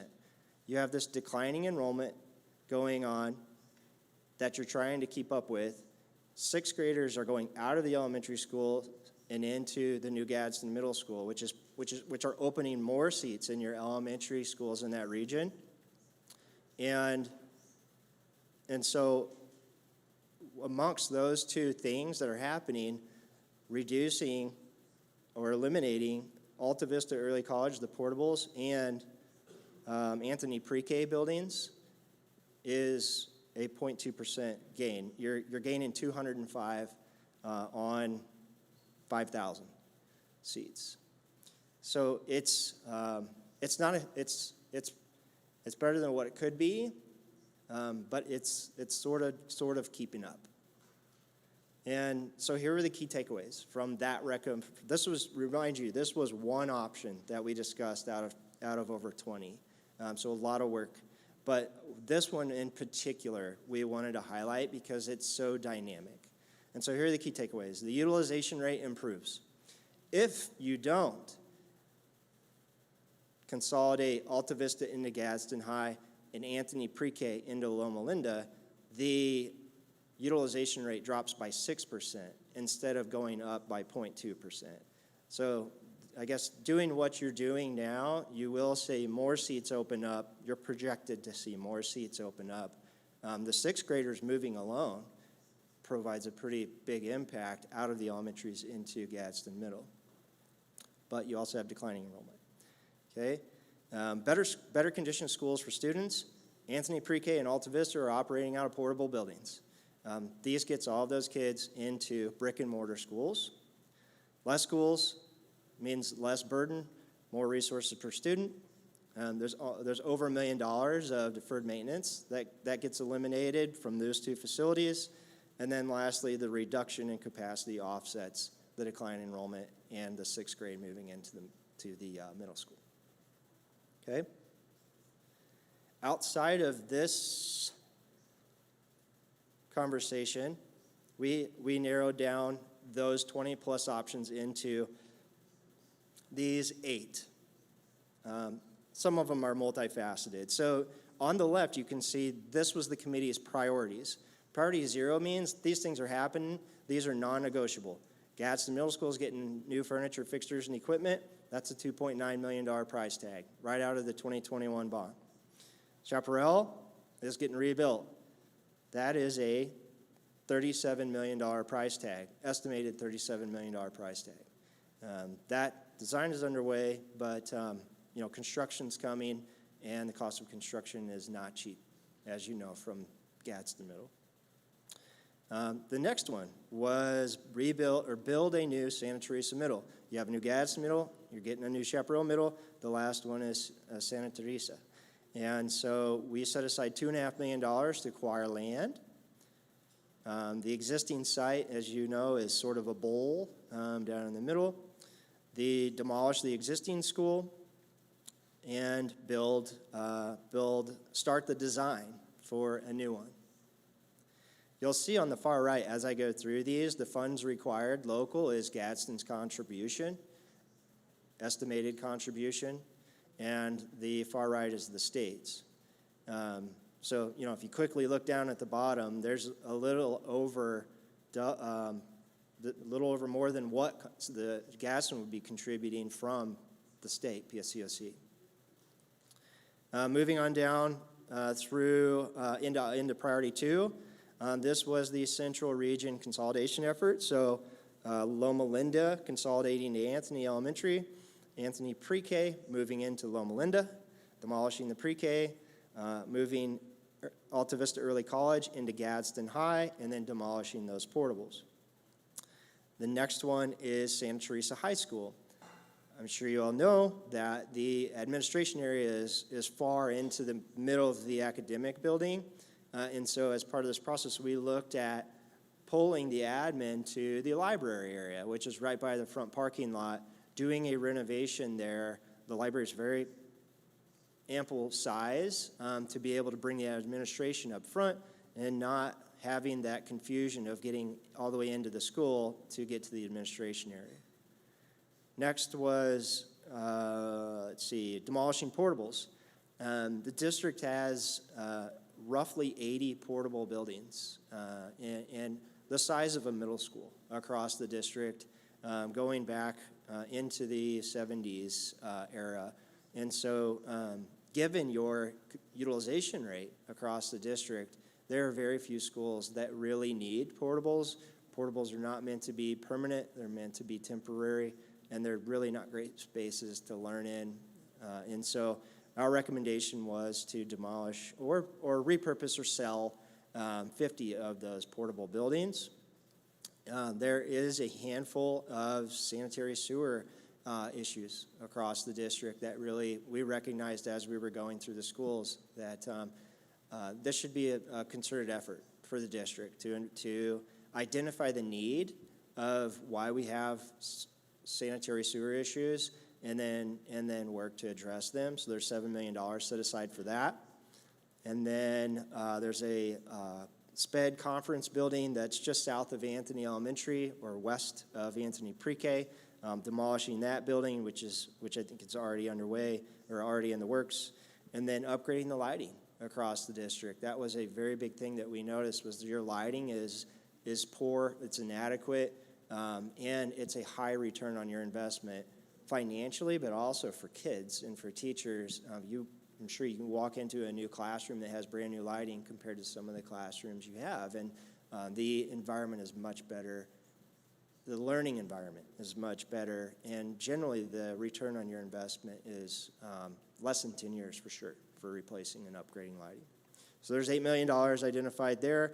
And then lastly is deferred maintenance. So now we're looking at roofing, HVAC, flooring, all the things that we identify those needs as priorities 1s, 2s, 3s, 4s. And so out of the roughly $70 million, about $23 million, $22.5 million.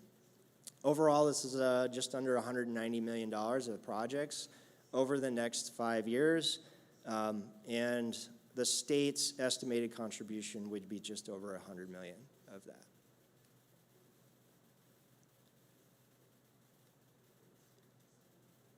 I see the battery icon. There it goes.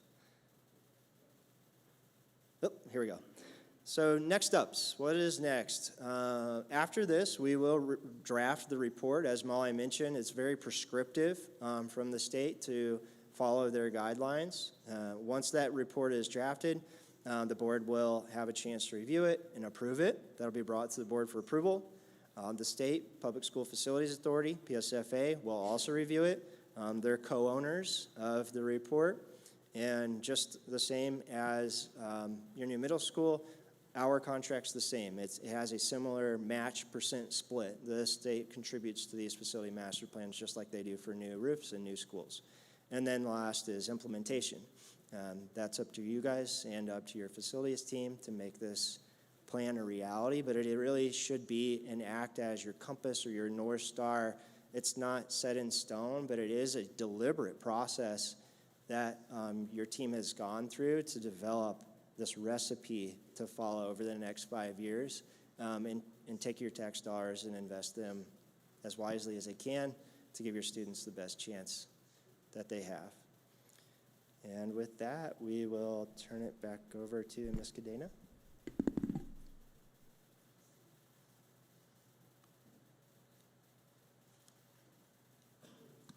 Thank you, Josh and Molly. Thank you. We stand for questions, comments? Thank you, Ms. Cadena. I think we all have like 1,000 questions. So I would like to open the board to see who wants to start. So I need clarification, President Lira, if I may. So I'm looking at slide 52. And so if it's my understanding, the very last 2 columns is what GISD local means, what we would have to contribute? Yes, ma'am. And then what the state would need to contribute. So when I look at Anthony Pre-K, if the proposal is to move Anthony Pre-K to Loma Linda, why is that cost higher than demolishing it? Because I'm looking that the district would have to contribute $750,000 to move Pre-K to Loma Linda. That doesn't make sense to me versus the second row where it is proposed that Anthony be demolished and the cost to the district would be $704,000. Actually, the cost to the district for demolishing is 0. The state pays for demolition for it right now. And the $750,000 you're looking at, previously when I'd come to the board, I had said about $300,000 for the playground equipment, but it's actually more than that. That's what Capital E estimated on getting the appropriate playground equipment for pre-K there, and some remodeling that would take place if we, for instance, instead of having just one wing with the smaller fixtures in the restrooms, we would do, if we were to implement the smaller fixtures throughout the entire school. Okay, so then that's an error, so it should be 0. No, if you see the demolish, it's 0, and then the state is 704. Okay. Yes, ma'am. Okay, and then my next question would be, these recommendations that you're proposing to the board obviously come from the company in collaboration with the committee that you all met with? Yes, ma'am. So which leads me to my next question.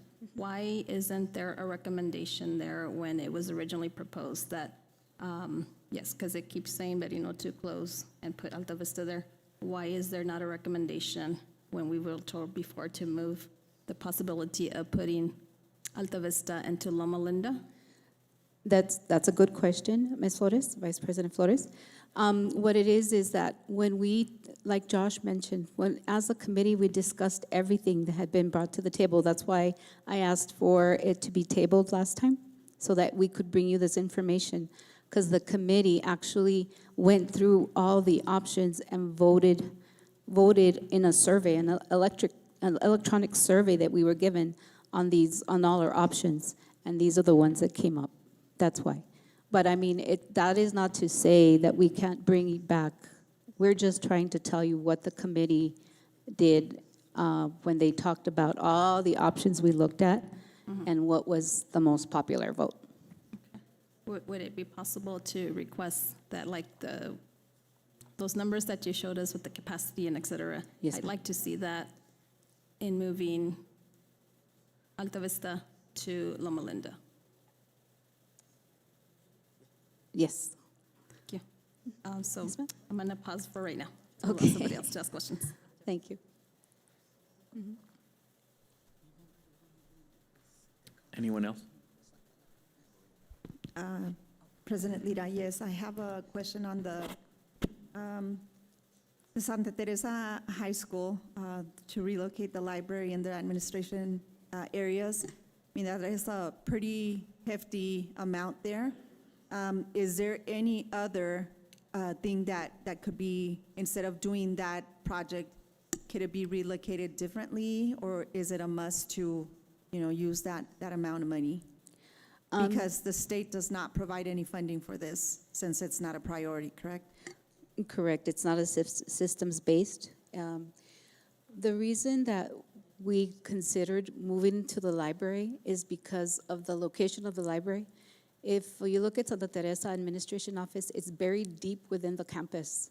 That in itself doesn't help us establish a security, what do they call it? Vestibule, thank you. It doesn't let us establish a security vestibule. So you have all these different access points to the office, the way it is, the administration office. If we were to locate it to the library, it would have its own vestibule. There was only one, we could do it where only one entrance is accessible for safety and security. And that's the reason. The only other thing we could is leave it as is.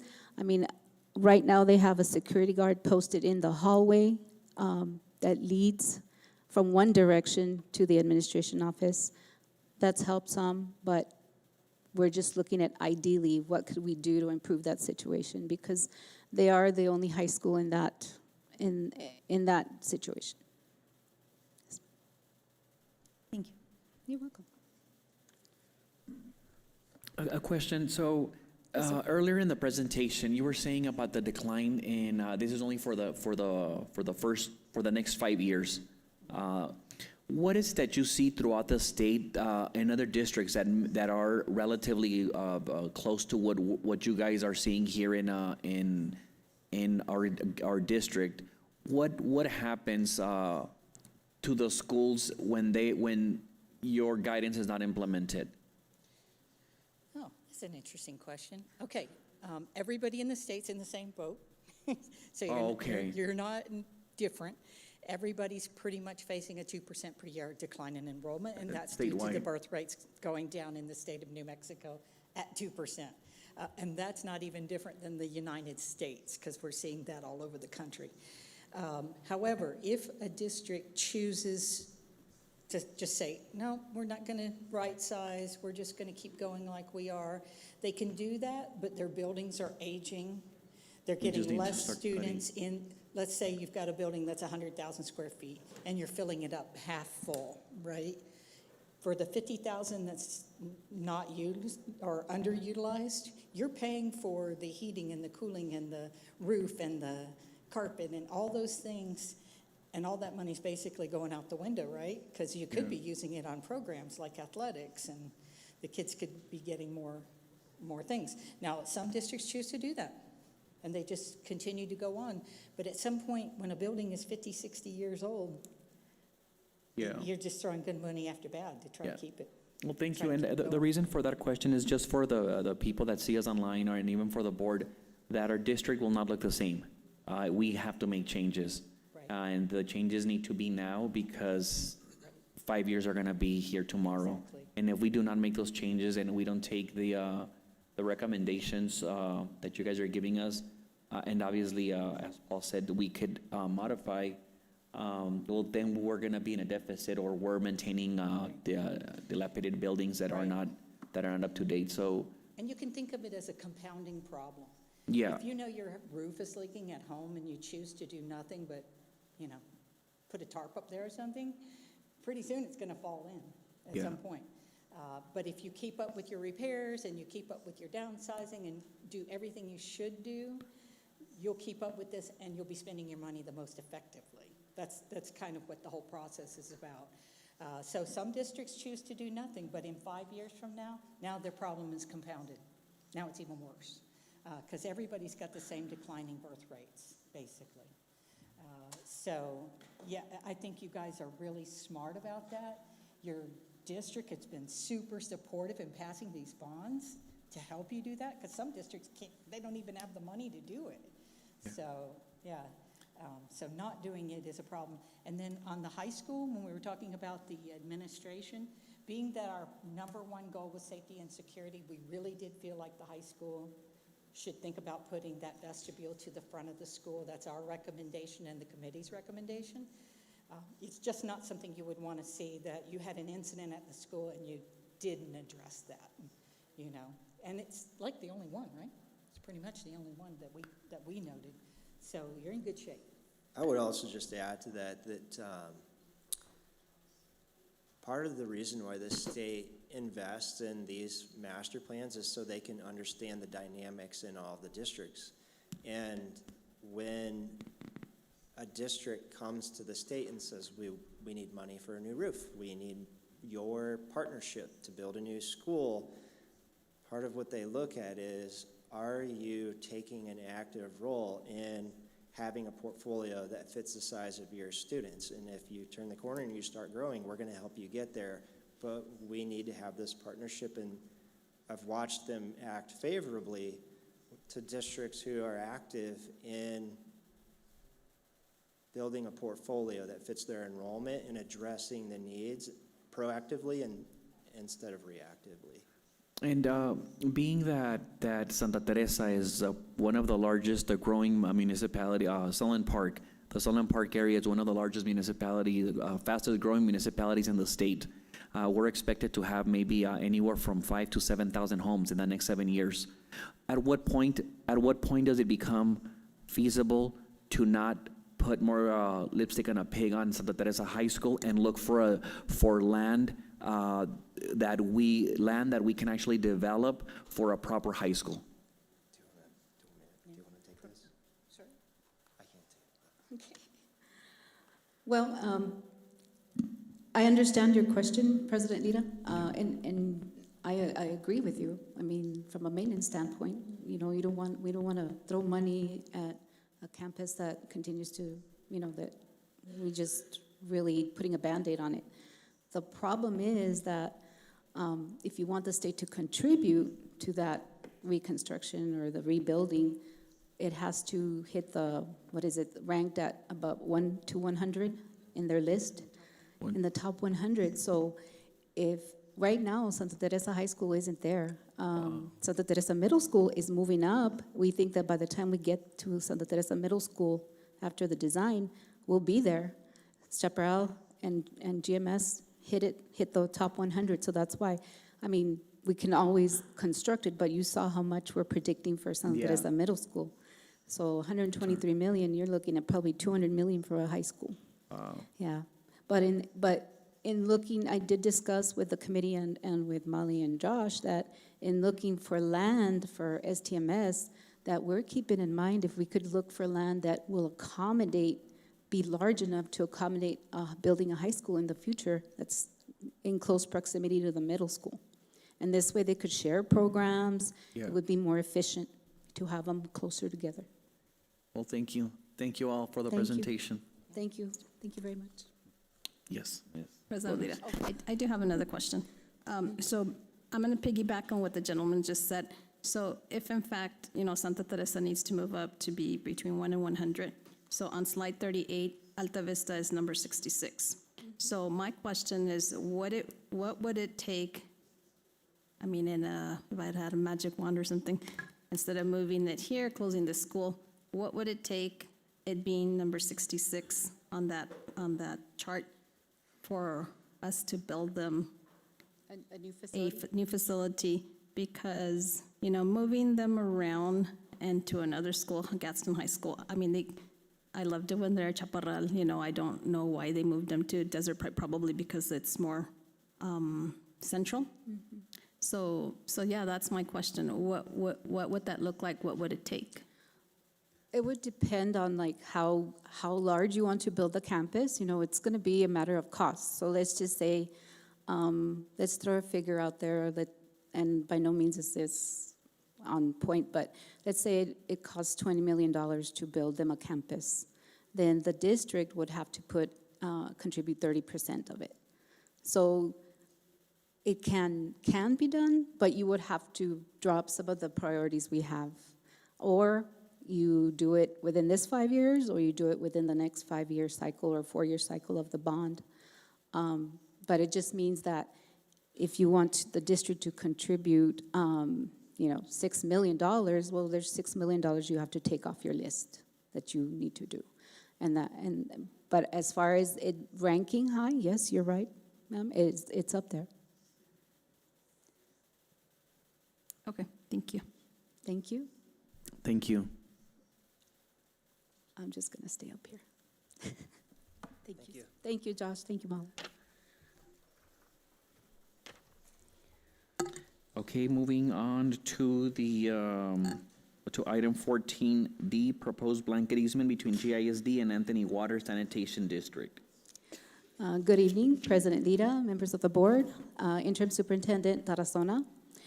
Previously, a few months ago in executive session, we had discussed, along with the district's attorney, the project that we're currently in the middle of is building a sewage pipe from Gadsden Middle School and the physical plant all the way to one of the Anthony Water and Sanitation District's facilities, so that we can eliminate our 2 sewage treatment plants.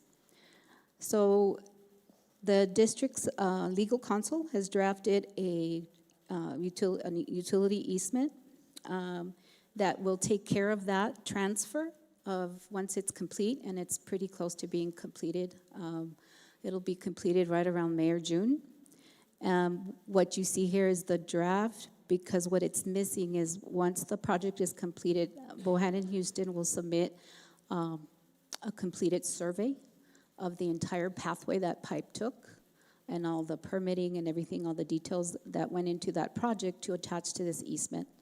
And so then we'll bring it back to the board for approval. But that's what this is about. I stand for any questions.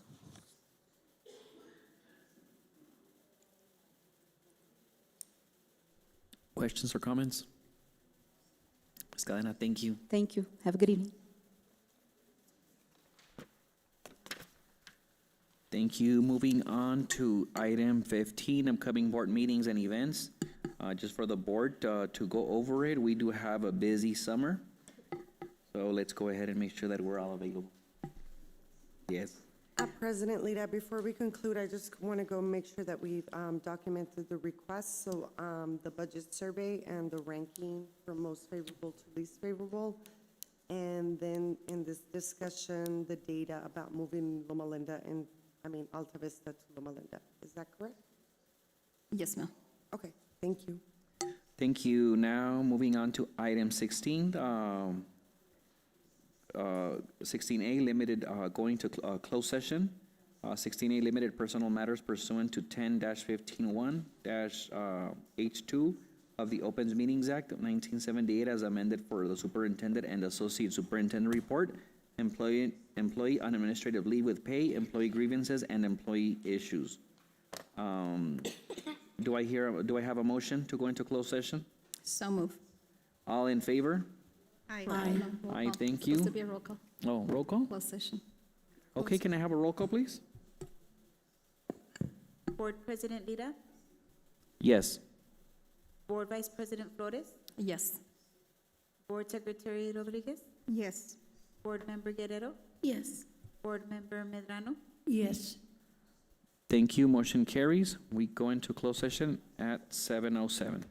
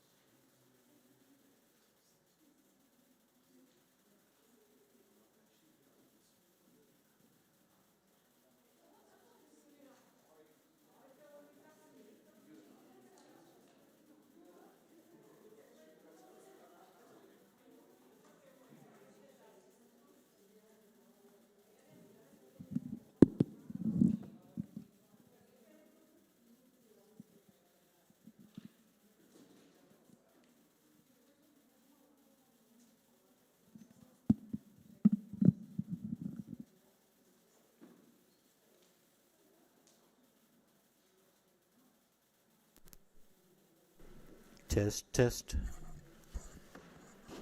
Test, test. Hey, is that on? Test. Test, test, test. Hello? Can you hear me? I'm projecting really hard on this. Yeah. Huh.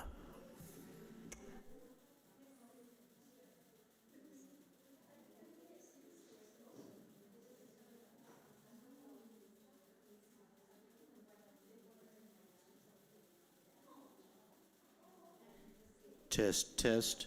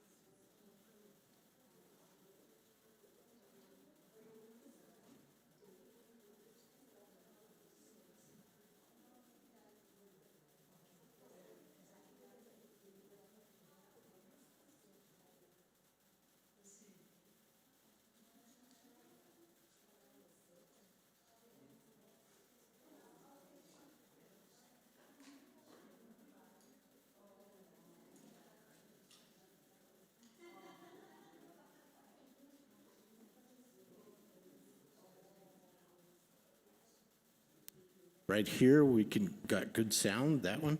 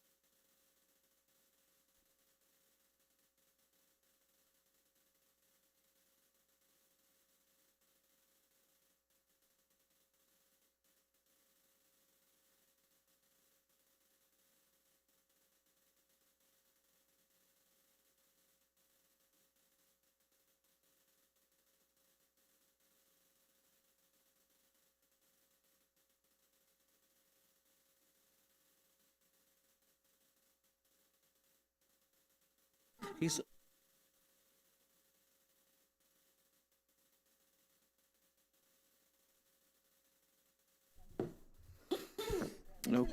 okay, I would like to go ahead and make a motion to get out of closed session So moved. at 7:41. So moved. Roll call.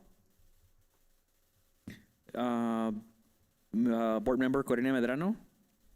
Yes. For President? Board Member Priscilla Guerrero. Yes. Board Secretary Claudia Rodriguez. Yes. Board Vice President Ms. Laura Salazar Flores. Yes. Board President Cristian Lira, yes. No action was taken. And moving on to 18, adjourn. Do I hear a motion to adjourn? So moved. So moved. So, okay, all in favor? Aye. Okay, so we're adjourned at 7:42. Thank you.